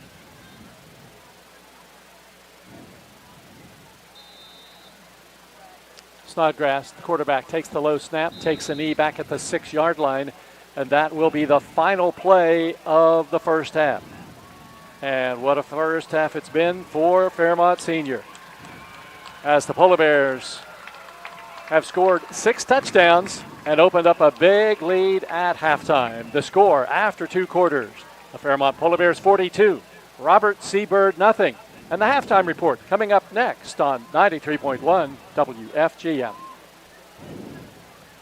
Warmer weather has arrived. It's time to put potholes, damaged roads, and broken pavement behind us. Greer Asphalt and Clarksburg Asphalt plants are open for business with Greer's quality products. Contractors, municipalities, and the Department of Highways can get a jump start on those road, parking lot, and driveway repairs. Don't delay. Begin paving the way for smooth driving once again. Morgantown and surrounding areas, call 304-296-2549. Bridgeport and surrounding areas, call 304-842-5931. Hey everyone, it's time to say goodbye to summer and drive into fall in a new Ken Gidley Kia. We'll double your down payment up to a total of $5,000. We've got a great selection. 24 Kia Tellurides, $299 lease per month. Seltos, $139 lease per month. Forte, $89 lease per month. That's $89 a month. These are 24-month leases with $34.95 due at signing, 10K miles per year, no security deposit required. Got a trade? If you owe 5, 7, or even $10,000. Ladies and gentlemen, please welcome the 2024 edition of the Eagles Marching Band under the direction of Tom Myers. The Eagles Marching Band is led by Senior Field Commander Ryan Schreiber with the assistance of Senior Drum Captain Elijah Simpson. This year's competition field show is titled Funk It Up, featuring some of your favorite funk songs, such as Funky Town, made famous by Lips, Play That Funky Music by Wild Cherry, and the Bruno Mars hit Uptown Funk. Please enjoy your funky show. We had that Golden Blue Pride at your local Parmar store. We are coming to your neighborhood soon. West Virginia, Kentucky, Ohio, Pennsylvania, and Maryland. We have you covered. Download the Parmar app and sign up for the Parmar Rewards Card. Food, gas, groceries, and more. We are Golden Blue Proud, and we are Parmar stores. If there's not a Parmar store near you now, there will be soon. Now back to Polar Bear football on 93.1 WFGM, brought to you by your local Parmar store. Here's the voice of the Polar Bears, Jeff Carpenter. What a difference a week makes for Robert C. Byrd. The Flying Eagles winning last week here in Clarksburg against Kaiser 48-7, and now trailing 42-0 to the Polar Bears at halftime. So, Ray, this first half, it's been from the Polar Bear side just about everything you could want. A very solid defense and offensively good balance. A lot of different receivers catching the ball, a lot of different players involved, and the Polar Bears really just having their way against the Flying Eagles. Yeah, definitely, Jeff. As far as the improvement, there are some things that they're still needing to clean up, but I really see a lot of encouraging signs. Like you said, moving the ball around to the different receivers, that's going to pay dividends, because that just, like we said, that makes it very hard to defend this team. And then also you look at defensively, they just, swarm to the football. Really love to see how they're getting to the football.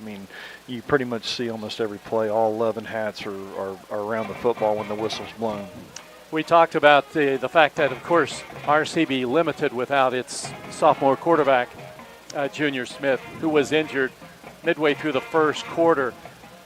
We talked about it, though. It's not as though RCB was doing well with Smith in it. They were still struggling. But then when he comes out of the game, it's as though they really have no hope, because he's so much a part of what they do offensively. Well, it's tough when you have a situation where, number one, you're bringing a young quarterback in, and then you're basically throwing them to the wolves against this Polar Bear defense. That's just a tough situation to be in for any quarterback, let alone a freshman quarterback. But I think the thing that Junior Smith provides is that he's able to give them the opportunity to not have to be so perfect up front. That's a luxury that you have when you have a dual threat quarterback, and they simply just don't have that right now. And when he was in the game, he was frustrated because he wasn't able to find an opening against the Polar Bears. In fact, take a look at his stats. He carried the ball for 250 yards last week against Kaiser, and he had quite a game. He ran for 4 touchdowns, he threw for 1, and he put up 465 yards of total offense. He scored on runs of 59, 52, 39, and 19 last week. And tonight, in his first 4 carries, he had a total of 7 yards. And then, of course, he was hurt in a play that we weren't really sure exactly what RCB was trying to do. It was a 4th down and long, and they got a snap, and we're not sure if they were going to punt or what they were going to do, but he was hurt and never came back. Yeah, not sure about the circumstances, but the thing is the officials, making that decision, if it's made in the name of what it is, it's made in the name of player safety. You have to respect that. It might not be the decision, as a competitor that you want, and I respect both sides as far as the competitive nature of the player. But in this day and age where we have to look at player safety, and that should be the first thing we're looking at, I fully respect the decision of these referees. If that's what they thought that was needed to keep this player safe, hats off to them.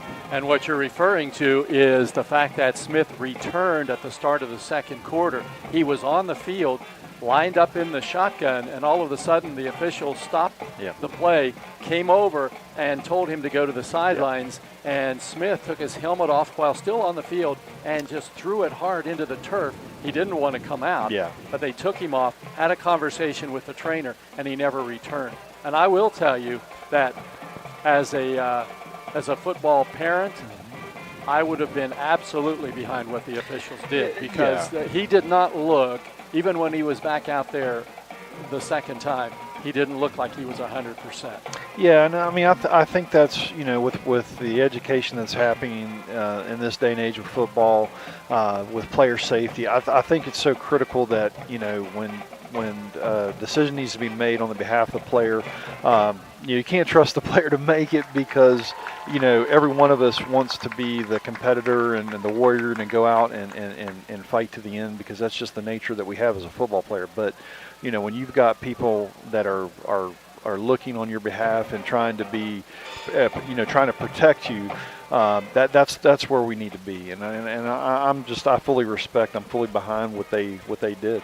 And to be perfectly honest, there's no reason for him to be playing even if he was maybe marginal or better, because they're not going to win that football game with him in the game. Yeah. And the only possibility that the worst could happen is he gets hurt again in a game that, I mean, you could tell by the way it was going.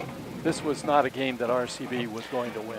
Right, and you know, and right now the situation that they're in, you know, it's not an enviable position to be in when you have, you know, a freshman quarterback and you really don't have the ability to throw the football.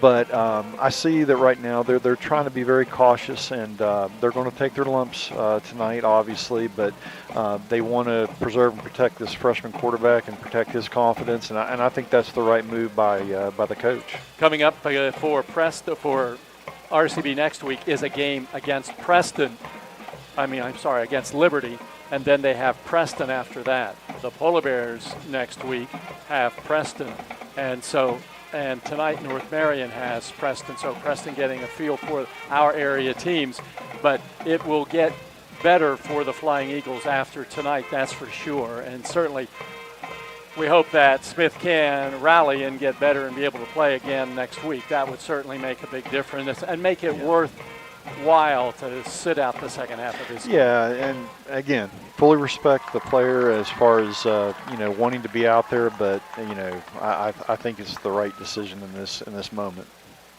We're at halftime at Flying Eagle Stadium, where the Polar Bears have a big lead. It's 42-0, and when we come back, we're going to check in with our newly named Steelers insider about the upcoming game as the NFL season gets underway, and actually has started, but gets underway for the Steelers on Sunday.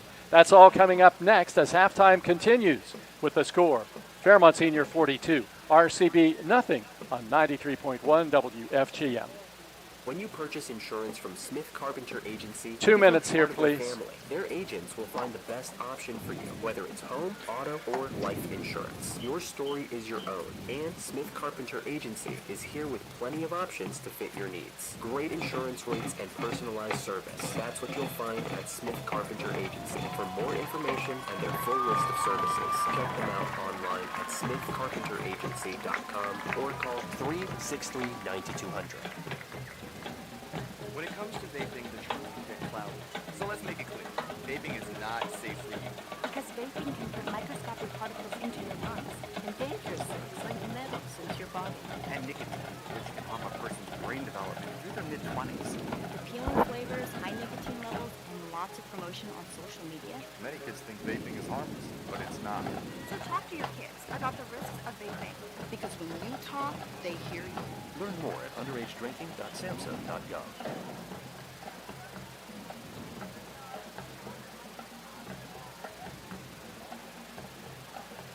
I'm Cora, and I'm 38, and I'm a WIC kid. I was a bigger kid. I was very active, but I've always been built bigger. So I stopped eating, and I only ate like 1 meal a day. Knowing the foundation helped me have a better relationship, because it's not the food, it's how you put it into your body. And eat healthier, eat right. WIC can help your family too. To learn more, visit wvdhhr.gov/WIC. Apply today. Qualifications, rules, and limitations apply. Rates, rewards, and restrictions may vary by account. Contact institution for details. We are having such a good hair day. Selfie time! Oh, that reminds me. That's not a selfie. I'm taking a picture of this check I just got. With my institution's mobile deposit app, the money goes straight into my free Kasasa checking account.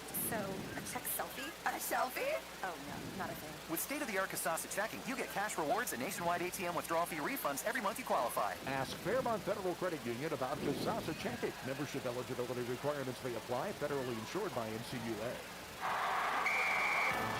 Now back to Polar Bear football on 93.1 WFGM, brought to you by your local Parmar stores. Here's the voice of the Polar Bears, Jeff Carpenter. Tonight's halftime show is presented by West Virginia Prevention Solutions, and we get to this point of the broadcast that I always look forward to, because it's always a learning experience, and we have our Steeler insider, but we are going to have to be upfront that you are a rookie insider. So we don't have necessarily high expectations for what you're going to tell us, but you got season opener coming up this weekend, and you're going to get a chance to watch your son play in his very first real live NFL game. Tell me what those feelings are. Yeah, we're very excited as a family. I mean, we're looking forward to it.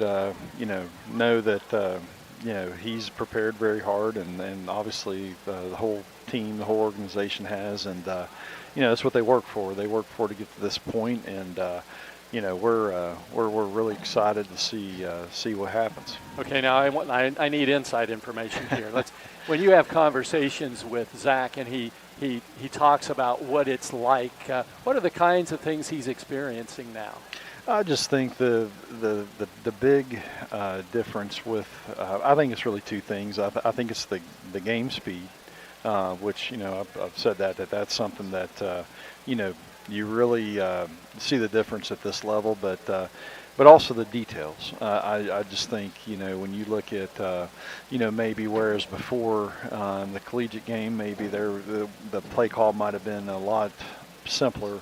They might have a play, like you see it all the time when they show like a quarterback doing a play call. It's like a dissertation, and that's the NFL game. So you have to really know. You can't just halfway know it or partially know it. You have to really know it, and to do that, there's a lot of preparation. So I think those are the two big differences.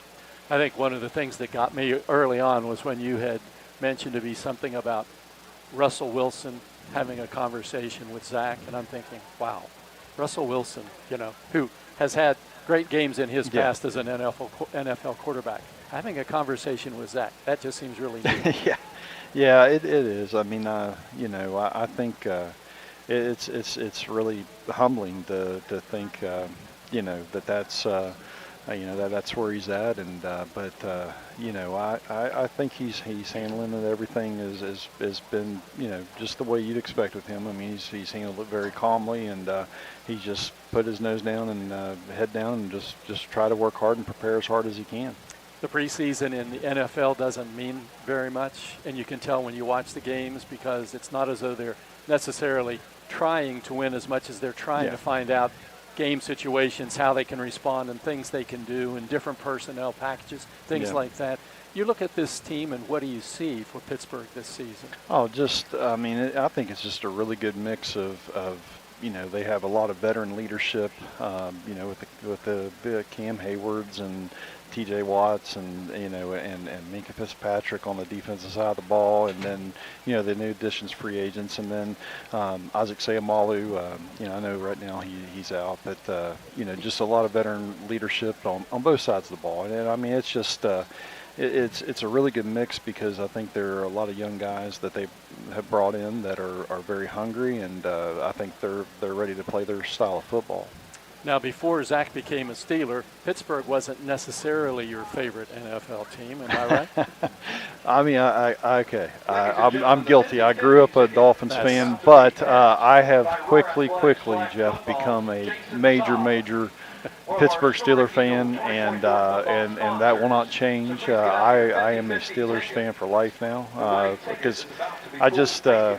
Like I said, I mean, the more, get to learn about the way they do things, it's just, I think it's the perfect fit for Zach. I mean, I just really do. It's just, they're just a very blue-collar, no-nonsense organization. They're about football, and, I think it's just a great situation for him to be in. So what you're really saying is that even if Zach weren't playing for the Steelers and what you know now about them, you would be a big Steelers fan. Because I think I mentioned it before to you that last week that, going to a game and seeing, a full-scale tackle football game in the parking lot, those are people that are serious about football. And, I just think it's really something neat to see. I mean, you look and, just see their level of, how they support their team, but also just the way that they understand the game. They understand, football. I mean, they really do, and so they understand their team and they understand what's going on. So that's the latest for the Steelers, who open the season this Sunday in Atlanta. And so our best wishes to our favorite Steeler, Zach Frazier, who Thank you. just happens to be yours too. Yeah. It's halftime here at RCB. The Polar Bears leading 42-0 over the Flying Eagles, and we're going to check the stats and scores around the state coming up next here on 93.1 WFGM. Qualifications and rules apply. See institution for details. Last play of the game, folks. And the snap. Drops back. Whoa. Changes mind. Down the sideline. The 40, the 30, the 20, the 10. Casasa! Unbelievable! Did you see that? Casasa! Not to be a buzzkill, but what's Casasa? We're glad you asked that. Casasa. It's a catchy word for earning cash. Free Casasa checking rewards you in cash. See your friends at Fairmont Federal Credit Union and ask for Casasa checking. Membership eligibility requirements may apply. Federally insured by the NCUA. Your trusted name in commercial restoration across the Mid-Atlantic for over 30 years, Rebuilders is here to help you get back to business with pre-disaster plans. Family-owned and IICRC certified, our PDPs offer peace of mind before disaster with same-day dry, secure, and clean guarantees to minimize costly downtime. Disasters don't plan, but you can. Contact Rebuilders today to protect your properties with a pre-disaster plan. Rebuilders Commercial Restoration, helping you get back to business. When looking for a senior living community, what is most important? If it's connection, comfort, and quality care, look no further than Harmony at White Oaks in Bridgeport. At Harmony, you'll find beautiful apartments, chef-prepared meals, and exciting amenities. But what stands out the most is the true sense of community. Harmony at White Oaks offers assisted living and secure memory care options. Discover more than just a new home at Harmony. Find new friends, a vibrant community, and a welcoming care team waiting for you. Schedule a tour of Harmony at White Oaks in Bridgeport today. Warmer weather has arrived. It's time to put potholes, damaged roads, and broken pavement behind us. Greer Asphalt and Torchburg Asphalt plants are open for business with Greer's quality products. Contractors, municipalities, and the Department of Highways can get a jump start on those road, parking lot, and driveway repairs. Don't delay. Begin paving the way for smooth driving once again. Morgantown and surrounding areas, call 304-296-2549. Bridgeport and surrounding areas, call 304-842-5931. You're listening to Fairmont Senior High School football on 93.1 WFGM, Barrackville, Fairmont. The home of the Polar Bears. It's time to check some halftime scores. Games going on around West Virginia, and first couple are future Polar Bear opponents. University playing at Parkersburg South tonight, and the Patriots leading 34-20. That game is at halftime. Also at halftime, get this score. Bridgeport 34, Morgantown nothing. That's Bridgeport now in AAA, Morgantown Quad A. So those are three future Polar Bear opponents, because Wheeling Park is also playing tonight, and the Patriots are trailing Spring Mills 27-0 in the third quarter. Those are scores involving Quad A teams. When we look at AA or AAA teams, future Polar Bear opponent Buchanan Upshur behind Philip Barber 26-0. Elkins is leading Lincoln. How about that score? 21-0 at halftime. The Tigers with a new head coach. Lincoln lost its first game at Nitro, and Elkins lost its first in a heartbreaker, and the Tigers looking to win their first game. They're at home tonight. East Fairmont leads Grafton 20-12 at halftime. Also tonight, Herbert Hoover and Winfield are tied at 7. Braxton County, Lewis County, no score first quarter. North Marion and Preston, no score, and that is in the second quarter. That game being played at Preston. So that's the latest in scores around West Virginia. Now, let's take a look at the first half stats. The stats are pretty lopsided. For Fairmont Senior, rushing yards 112. For RCB, minus 22. Through the air, the Polar Bears have completed 11 of 15 passes for 265 yards and 3 touchdowns. RCB has completed 1 pass in 2 attempts for minus 1 yard. Total offense, Fairmont Senior 377, RCB minus 21.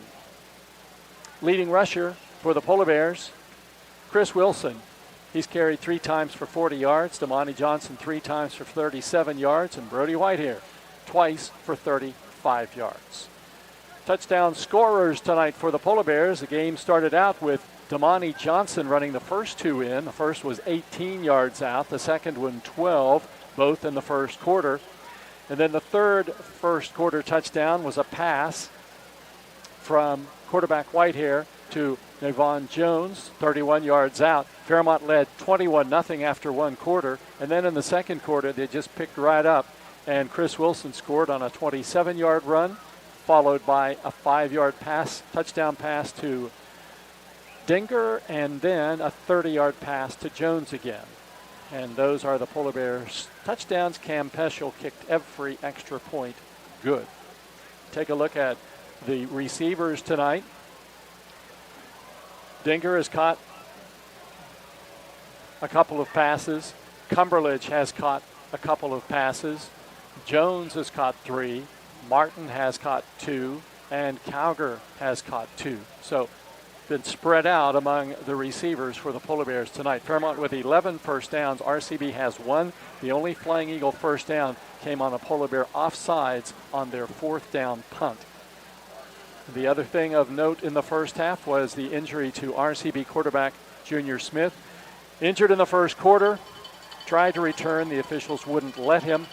And the first half ended with RCB with a freshman quarterback in there, and they had very little, well, actually no success offensively. So we're just about getting set for the start of the second half, and we'll be watching a running clock here in this second half of Polar Bear football.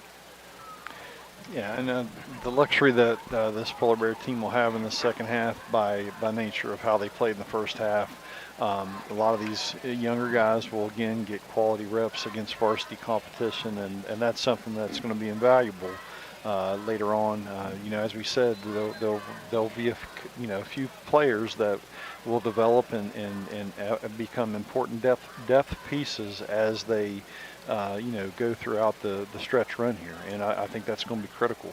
And I think one of the things we learned last week watching the reserves play is there are a lot of those reserves who in different circumstances would be pretty good players for another team. That's exactly right. I mean, I was impressed with, the way when we brought the younger guys in, it was just very well coordinated. They knew what they were doing. They, were still getting hats on hats. We were, executing the plays the way they were supposed to be executed. And that's a credit to this coaching staff, having them prepared.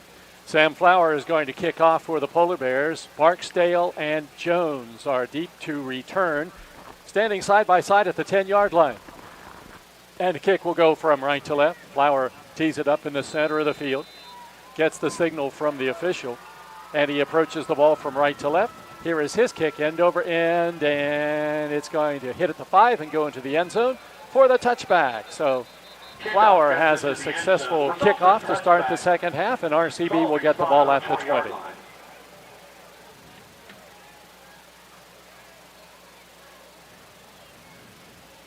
We mentioned last week, probably most everybody knows this, but Sam Flower's brother Nate, a Polar Bear kicker, is now at WVU. And you see him on the sidelines and has done really well there. May get a chance to kick the ball sometime, and that would be exciting certainly for him. A kid who was a soccer player who at the last minute decided to try football. Now look at him. Yeah, what a weapon he was when he played here. First down and 10 for the Flying Eagles. And there's the deep handoff to Jones, and there's nothing. Gets back to the 20-yard line. That'll be all. Yeah, guess who? Logan Canfield. Just really good job of filling the A gap. He's very savvy football player. I mean, he's always around the football. I mean, we've said that many times over the past couple of years, but he just is. He's just always figuring out how to be around the football. Snodgrass, the freshman quarterback, still in the game. He replaced the sophomore starter, Junior Smith, and he redirects his running back. As RCB goes second down and 10, and the handoff goes to Swiger off the left side, and Swiger is swallowed up, behind the line of scrimmage. Loss on the play. Hunter Bigelow came away with the ball, but he was already down. It'll be a loss of 3, and third down and 13 coming up. Yeah, it's so hard. I mean, right now, 3rd and 13, as they have not shown the ability to throw the football, and 3rd and 13 is a really difficult spot to be in. Latrell Jones, get this stat. He's carried the football 11 times and has 5 yards. 3rd down, 13. Football back at the RCB 17. They send wideouts to the left, 1 to the right. And the quarterback on a design run gets back to the line of scrimmage, and that's it. That was closed down pretty quickly as Swiger took the snap, and he quickly ran into Hunter Bigelow. And it's going to be 4th down and 13. Snodgrass on the carry. Loss of 1 on the play. 4th down, 14 yards to go. Punting situation for Stratton Waddell, who stands inside his 5. Canfield back to return for the Polar Bears. His punt is away. This one's a little shorter, and he gets it on the run. Canfield at the 43, gets down to the 40, down to the 30, the 20, the 10, the 5. He's into the end zone. It's a Polar Bear touchdown. Logan Canfield on the punt return for a TD, and the Polar Bears score with 9:38 to go in the 3rd quarter and lead it 48-0. I said it last week, and I'm going to say it again. I really feel like Logan Canfield is a high school version of a Julian Edelman, and again, that's very high praise. I mean, I think he can do a little bit of everything, and the way he just fielded that punt coming up and just having the savviness to be able to run that back for a touchdown, that's something you don't see a lot. Peschel on with the extra point, and it is up and it is good. Timeout on the field with 9:32 to go in the 3rd quarter in a running clock situation now. The score, Fairmont 48, RCB nothing on 93.1 WFGM. Here at the Cracker Barrel, home-style food and great value go hand in hand, with favorites like slow-simmered chicken and dumplings starting at $7.99, or perfectly golden fluffy buttermilk pancakes with your own bottle of warm syrup. Come fill up on favorites without emptying your wallet. Cracker Barrel. Take care now. Football on 93.1 WFGM, brought to you by your local Parmar store. Here's the voice of the Polar Bears, Jeff Carpenter. The Polar Bears with a 49-0 lead will be kicking off. We just did this, but the Polar Bears scored on a punt return, so they'll be giving the football up again. Flower on to kick from right to left. Barksdale and Jones go back to return this kick. Flowers' last kick was his first one in this game. Peschel had been doing the kicking, and he put it into the end zone. 48, Sam Flower, up for the and kickoff. Sam, by the way, is a junior, so he's got another year after this one. And here is Flowers' kick. End over end, shorter this time. Jones comes up and gets it at the 12. Gets out over the 15, up to the 20. To the near side of the field, he gets to the 30-yard line, and along the sidelines is run down close to the 35. And it'll be 1st and 10 for RCB at that point. Lowther in on the stop for the Polar Bears, helping get him out of bounds. That's Jackson Lowther, the sophomore. 9 minutes to go. 1st down and 10. RCB with the ball, trailing the Polar Bears 49-0. David Watson in the game, outside linebacker for Fairmont. Papali in there as well. Atkinson along the front line with Bracero.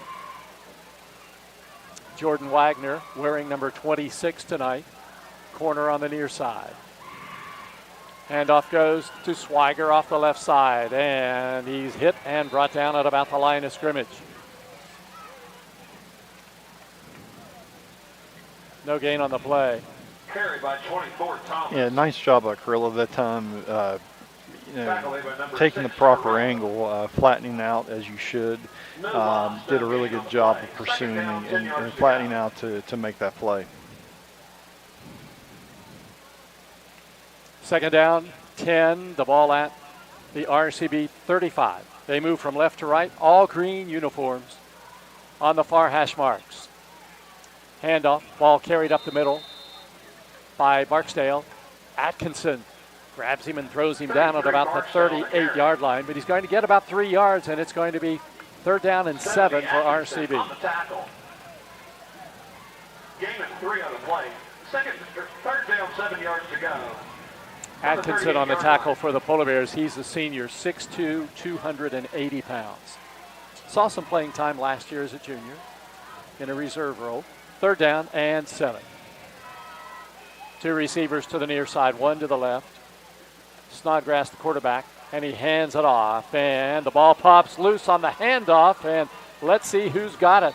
The Polar Bears signal they do, but it depends on what the officials signal. And the officials say it's Polar Bear football. So Fairmont Senior gets the turnover and has the football in RCB territory at the 43-yard line. Turned out to be a 5-yard gain, but a fumble gives Fairmont Senior the ball. Yeah, that's something encouraging to see. Always you want to see, the creation of turnovers by the defense, and that a lot of that's a result of hustling and getting more than one person to the football. 1st down 10, Fairmont Senior from the 43-yard line. Whitehair in at the quarterback spot.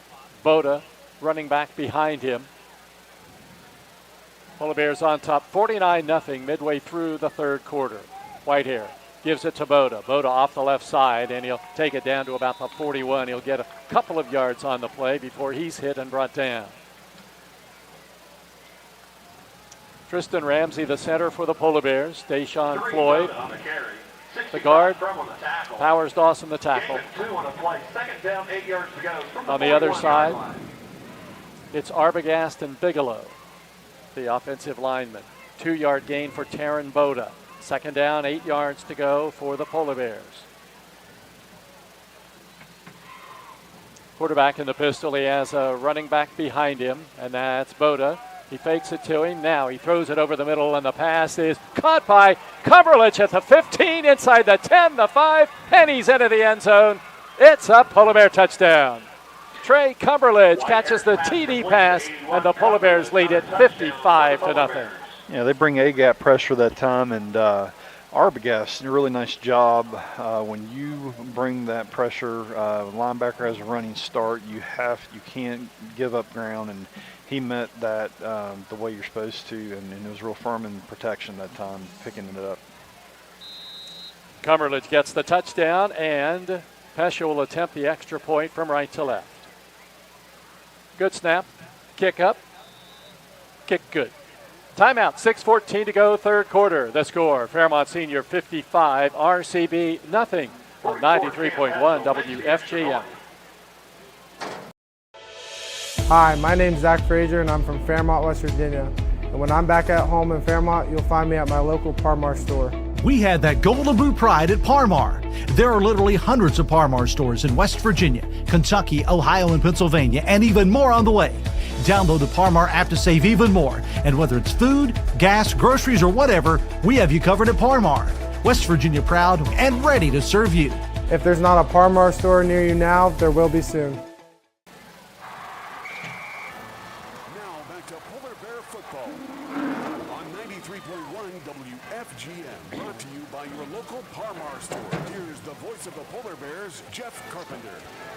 Freddie Whitehair has thrown for 306 yards tonight, and he has thrown another touchdown pass, his 4th of the night, and Fairmont Senior leads it now 56-0.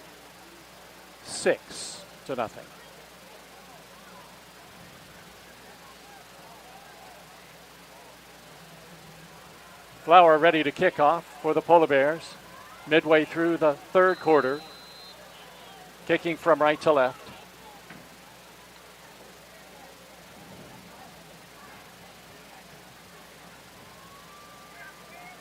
And the kick caught high over his head by Barksdale at the 5-yard line, gets to the 10, the 15, the 20, the 25, the 30, the 35, the 40, down the sidelines of the 50, hit at the 45, doesn't go out, and then is hit inside the 30 and goes out of bounds at about the 27-yard line. Kickoff return for Barksdale, and it is a big play and the first special teams or offensive big play for the Flying Eagles tonight.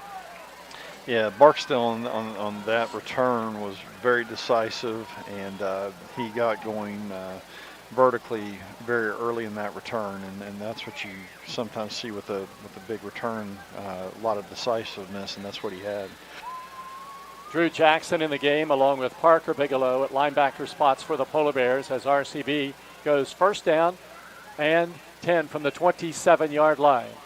And there's a handoff ball taken off the left side, but no running room at all, maybe not even a yard. Ball carried again by Jason Thomas, and it's going to be second down and a loss of a yard on the play, second down to 11. The Polar Bears brought boundary pressure that time with the corner blitz, and that's a popular blitz a lot of times because a lot of times the offense doesn't see it happening, and plus it gets there a lot faster than from the field. Ball at the 29-yard line, second down and 12. The freshman quarterback Snodgrass takes the snap, hands it off. Ball carried this way, and it's taken down to about the 30-yard line, and that'll be all. That was Thomas taking the football back to the line of scrimmage, and it's going to be third down and 12 yards to go. Yeah, great job by Lowther that time. Just really good team defense, turning it back in, and just playing it the way you're supposed to, just turning it back inside. Third down, 13 from the 30-yard line. RCB going in the wrong direction now, trailing 56-0. And there is the handoff to Barksdale. Goes left, now tries to come back this way. And he's grabbed and he's thrown down by Papali. A tackle for loss, and it'll bring up a fourth down and long for the Flying Eagles. Tell you what, you talk about getting downhill, that's what those Polar Bear linebackers did that time. But the thing that I liked on that play was Papali staying back and staying at home, not being too aggressive in his pursuit. He waited on the cutback. Just, again, great team defense by this Polar Bear group. Papali, a 6'4", 230-pound athletic junior. And it's fourth down and 17 yards to go now for the Flying Eagles at the Polar Bear 34-yard line. Pass play for the left-handed quarterback, throws it downfield, and there's a collision. The receiver goes down, and the Polar Bears topple over him, and pass interference is going to be called. Yeah, and back to Papali for a minute. He's one of those guys that you could see an expanded role as the season goes on. He continues to do this in the varsity level competition. I mean, that's something that that's what they're looking for in these situations. These are chances to evaluate players that you normally don't get to evaluate. So this is something that's very positive for this Polar Bear team. So RCB gets its second first down on that 15-yard pass interference penalty called against the Polar Bears. That's the second first down for RCB. Both of them have been by penalty. Now it's fourth down. That's right. Fourth down coming up for RCB.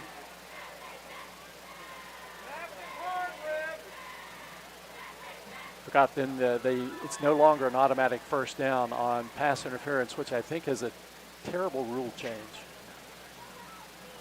It's like automatically, if it's fourth down and long, you're going to make sure the guy doesn't catch the ball no matter what you have to do. So you're not going to give up the first down. So now it's fourth down and 2 yards to go. Out of the shotgun. Handoff goes. Ball taken up the middle, and it's going to be close as the ball carrier takes it down to about the 18-yard line. We'll see if Barksdale has the first down. 33 Barksdale the carry. I just like the physical nature of how we play. even when we bring guys that are younger in the game, they still play with that same sense of urgency, the same sense of getting after it. I mean, that's what they're doing, and that's just a credit to this coaching staff of keeping these guys knowing what the standard is, and they're upholding that. And it is not a first down, so the Polar Bears take over. 1 yard gain for Barksdale, and Fairmont has the ball. The clock shows 3:24. We're in a running clock in the third quarter. If you're up 42 points or more, they can start running the clock at that time. So the clock is running, and the Polar Bears have the football at their own 18-yard line. And into the game for the Polar Bears is Dominic Trotta, the freshman quarterback. And he hands it off the right side to Rudy Carrillo, trying to get the corner turned. Now stop and go move. He gets up to the 15, the 20, the 25, the 30, and he fumbles the ball. It goes towards the sidelines and out of bounds, and it'll be a Polar Bear first down. That was an exciting run. It looked at first he was bottled up, but then when he put his foot in the ground, he showed me something on that play. I mean, he got north and south, and it was decisive when he decided to go.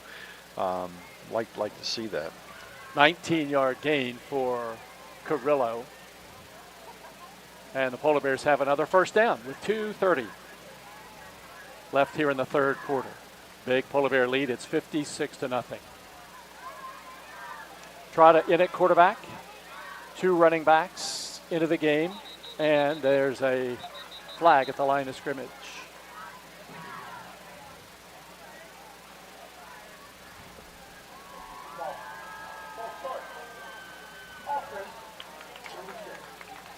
Carrillo just took a little half step before the snap of the ball. Flag on the play. False start on the offense. That'll be a 5-yard penalty. 5-yard penalty. Polar Bears have done better with penalties tonight than last week when it was nearly 130 yards in flags. And that's big improvement. That's what you're looking for in this jump to the second game. First down, 15. Ball comes back now to the 32-yard line. And here is Trotta on a quarterback keeper off the right side, and he didn't fool RCB's defender over there who made a nice play. Making the stop for RCB was Kendrick Williams. Ball is at the 29-yard line. So it's going to be a loss. 3 yards on the play for Dominic Trotta. He had some nice gains, running plays for the Polar Bears in last week's game.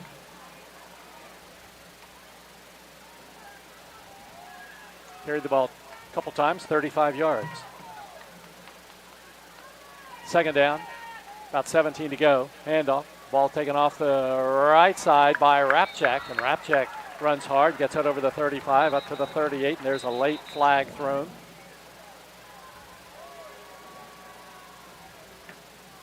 Clock still turns down to 1 minute to go, waiting for the referee's call. Holding is called against the Polar Bears. Jackson Lowther called for holding.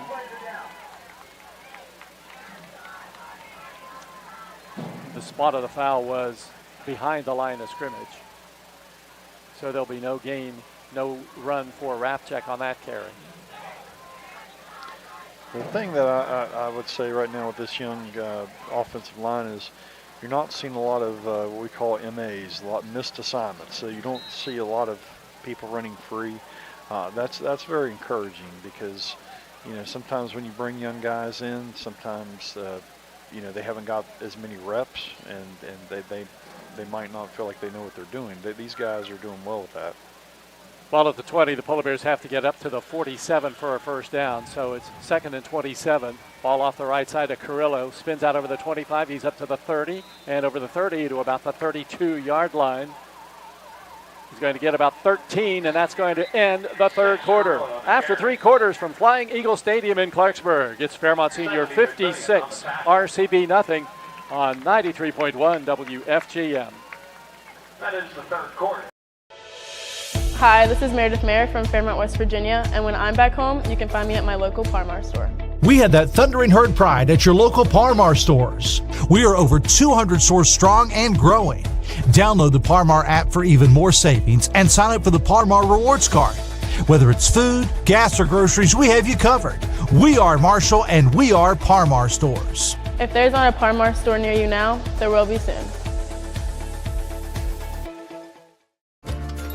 Here at the Cracker Barrel, home-style food and great value go hand in hand, with favorites like slow-simmered chicken and dumplings starting at $7.99, or perfectly golden fluffy buttermilk pancakes with your own bottle of warm syrup. Come fill up on favorites without emptying your wallet.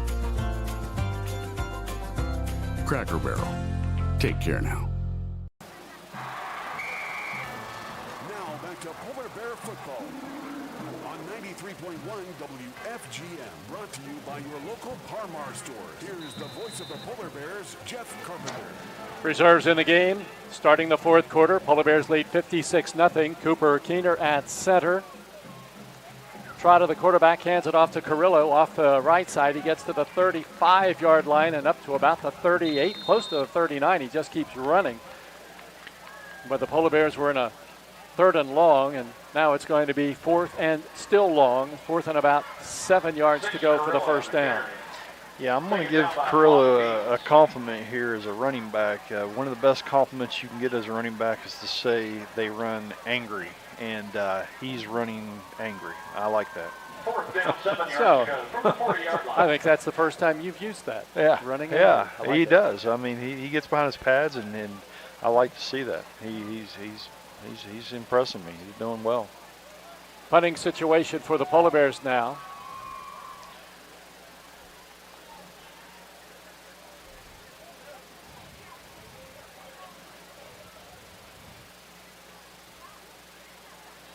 The line of scrimmage is the 40, and it's 4th down and 7 yards to go.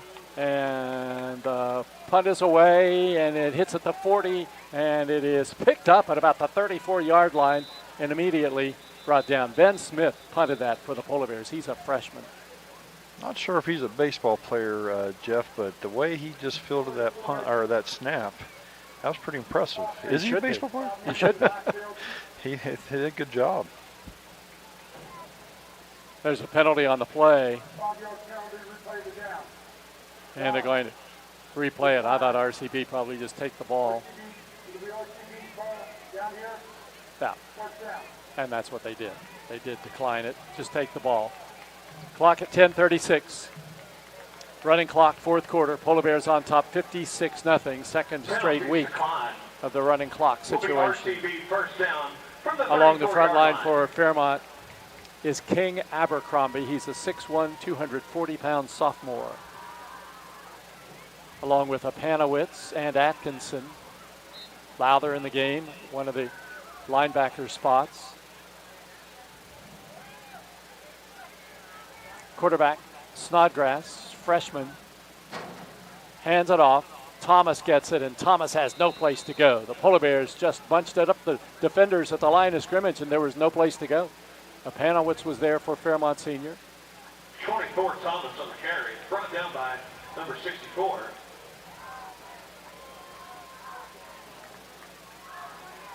PA guys looking at that name and saying, how in the world do you pronounce Apanowicz?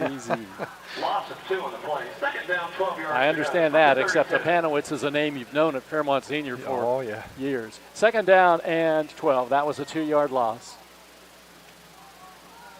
And Barksdale gets the handoff, and the officials throw flags.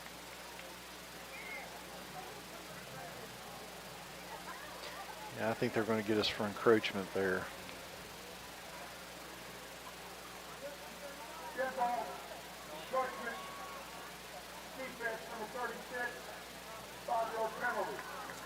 That's Parker Bigelow. Gets his name over the PA. Not exactly how you want to, but when you're in the game, it doesn't matter. You're just glad to be there. And the ball comes up to the 37-yard line where it's going to be second down now and about 7 yards to go. The Flying Eagles have their quarterback between the two running backs now, shift out of that formation, and just Barksdale to his left. Barksdale gets the handoff off the right side, little hole, takes it up to the 40, and then is tackled by 3 white jerseys. Troy Weber makes the stop for the Polar Bears, 5'8" junior. And that's going to be a gain of about 3 yards on the play, and it's going to be second down and just about 3 to go for the first down.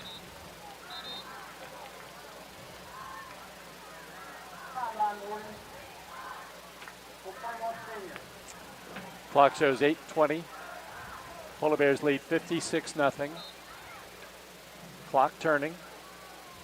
RCB has Barksdale behind the quarterback Snodgrass on this 3rd and short play. And the handoff goes to Barksdale, and he's hit. He's going nowhere. It's Jackson Lowther had his arms wrapped around him while he was behind the line of scrimmage, and gets credit for the tackle. Flag on the play. Yeah, I think they're going to get Lowther after that play. I don't know what happened, but I think something post play.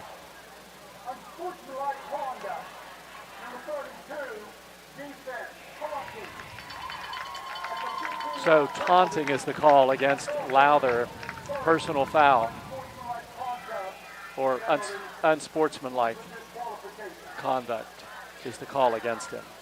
Yeah, go back to obviously football being an emotional game, and but you have to control those emotions and just realize everybody's dependent on everybody, and that's something that I know this coaching staff will continue to reiterate. But you have to make sure that you do things that are the interests of the team. You have to think about that, channel that emotion the right way. So RCB gets its 3rd first down tonight, and all 3 first downs have been by penalties, and they've been all different penalties. 3rd down, 10 yards to go. High snap, quarterback gets it, handoff goes off the right side, and there's no running room at all. Be a loss on the play as Barksdale carries it again, and it's going to be second down and 11. This clock is down to 6:35 to go. Yeah, credit these young guys coming in. I mean, they're just no drop off in the style of play. They're still playing with a physical nature, physical way of playing, and that's just something that will carry with them as they continue to move up and become and have the greater role. That's something encouraging to see. Second down, 11 yards to go. They send 2 receivers to the left, 1 to the right. And the quarterback hands it off to Barksdale again. Barksdale off the right side, a little bit of an opening, takes it down to about the 45-yard line. Couple yards, maybe 3 on the play. Give him a gain of 3, and it'll bring up a 3rd down and about 8.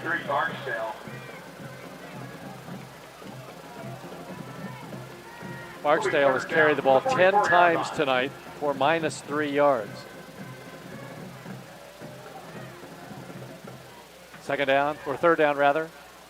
7, the ball at the 44. 5:26 on the turning clock. Handoff goes off the right side to Thomas. Thomas takes it to the 40, and he's hit and brought down there. Parker Bigelow in on the tackle. It's going to be 3rd down and about 4 yards to go, maybe 3, between 3 and 4, let's say. 4th and 3 from the 40-yard line. Next week, the Polar Bears on the road in Kingwood against Preston. And next week for RCB on the road against Liberty. 4th down, 3 yards to go. Polar Bears would love to get a stop here. Quarterback gives it to Barksdale. Barksdale hit as he crosses the 40 to the 39, and he'll not get the first down. And the Polar Bears will hold on downs and get the football.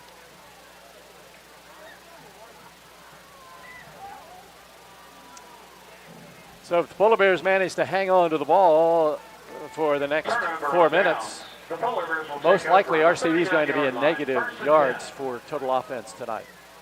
It's kind of hard to do that because as you get late in the game and you bring in your second and third liners, other teams tend to put some yards together, but RCB hasn't been able to do that. Yeah, that's what I mean, Jeff, as far as them still playing the style and brand of football that they're accustomed to playing. I mean, they're doing it from top to bottom. Grayson Dinger into the game for the Polar Bears along with Cooper Urs. It's going to be 1st down and 10 for Fairmont at its own 39.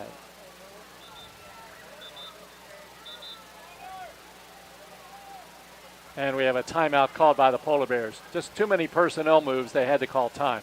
Timeout, 3:39 to go, fourth quarter. The score, Fairmont 56, RCB nothing on 93.1 WFGM.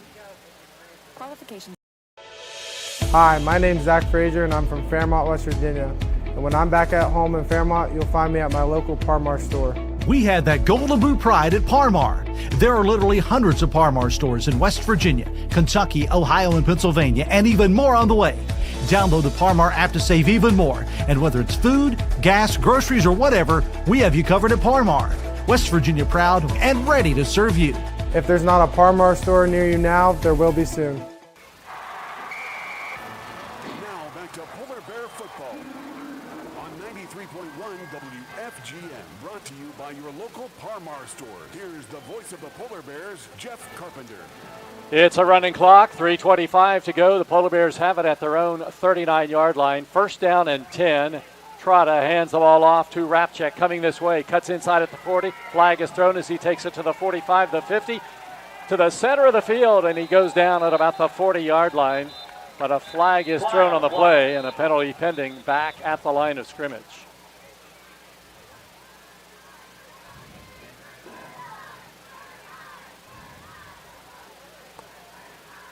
Clock doesn't stop when penalties are called, so that just makes the game go quicker. Ready for the call from the referee.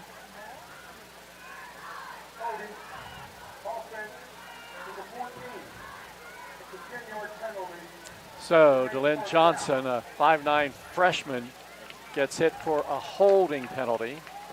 That's 8 flags against the Polar Bears tonight. For 70 yards. 1st down and, I'm sorry, that was a 10-yard penalty. 1st down and 20. I think I wrote down 5. But it is 1st down and 20 for the Polar Bears. The ball comes back to the 29-yard line. Clock down to 2 minutes to go. Trotta, the quarterback, gives it off to Grayson Dinger off the left side. He gets to the 25. He's up to the 30, the 35, the 40, down the sidelines at the 50, cuts inside and goes down inside the 50 at about the 45-yard line. That's Cannon's younger brother, freshman Grayson Dinger, and there's no flag on the play. That'll be a 26-yard run. Ball spotted at the 44-yard line.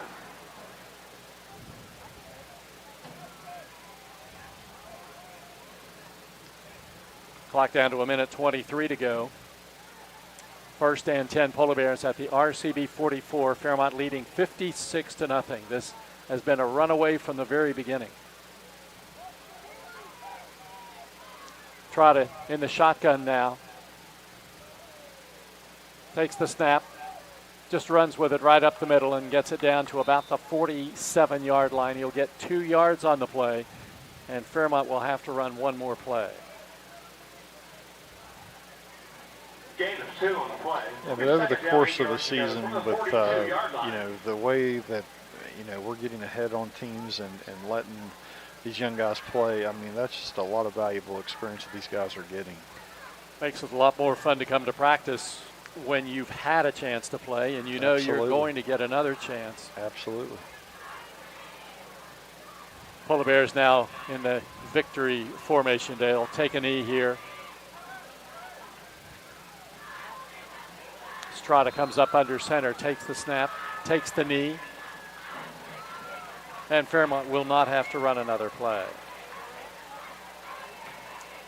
So the winning streak against Robert C. Byrd stretches to 11 in a row, and the Polar Bears win Going away tonight, the final score from Flying Eagle Stadium. The Fairmont Senior Polar Bears 56, Robert C. Byrd nothing. The wrap-up coming up next on 93.1 WFGM.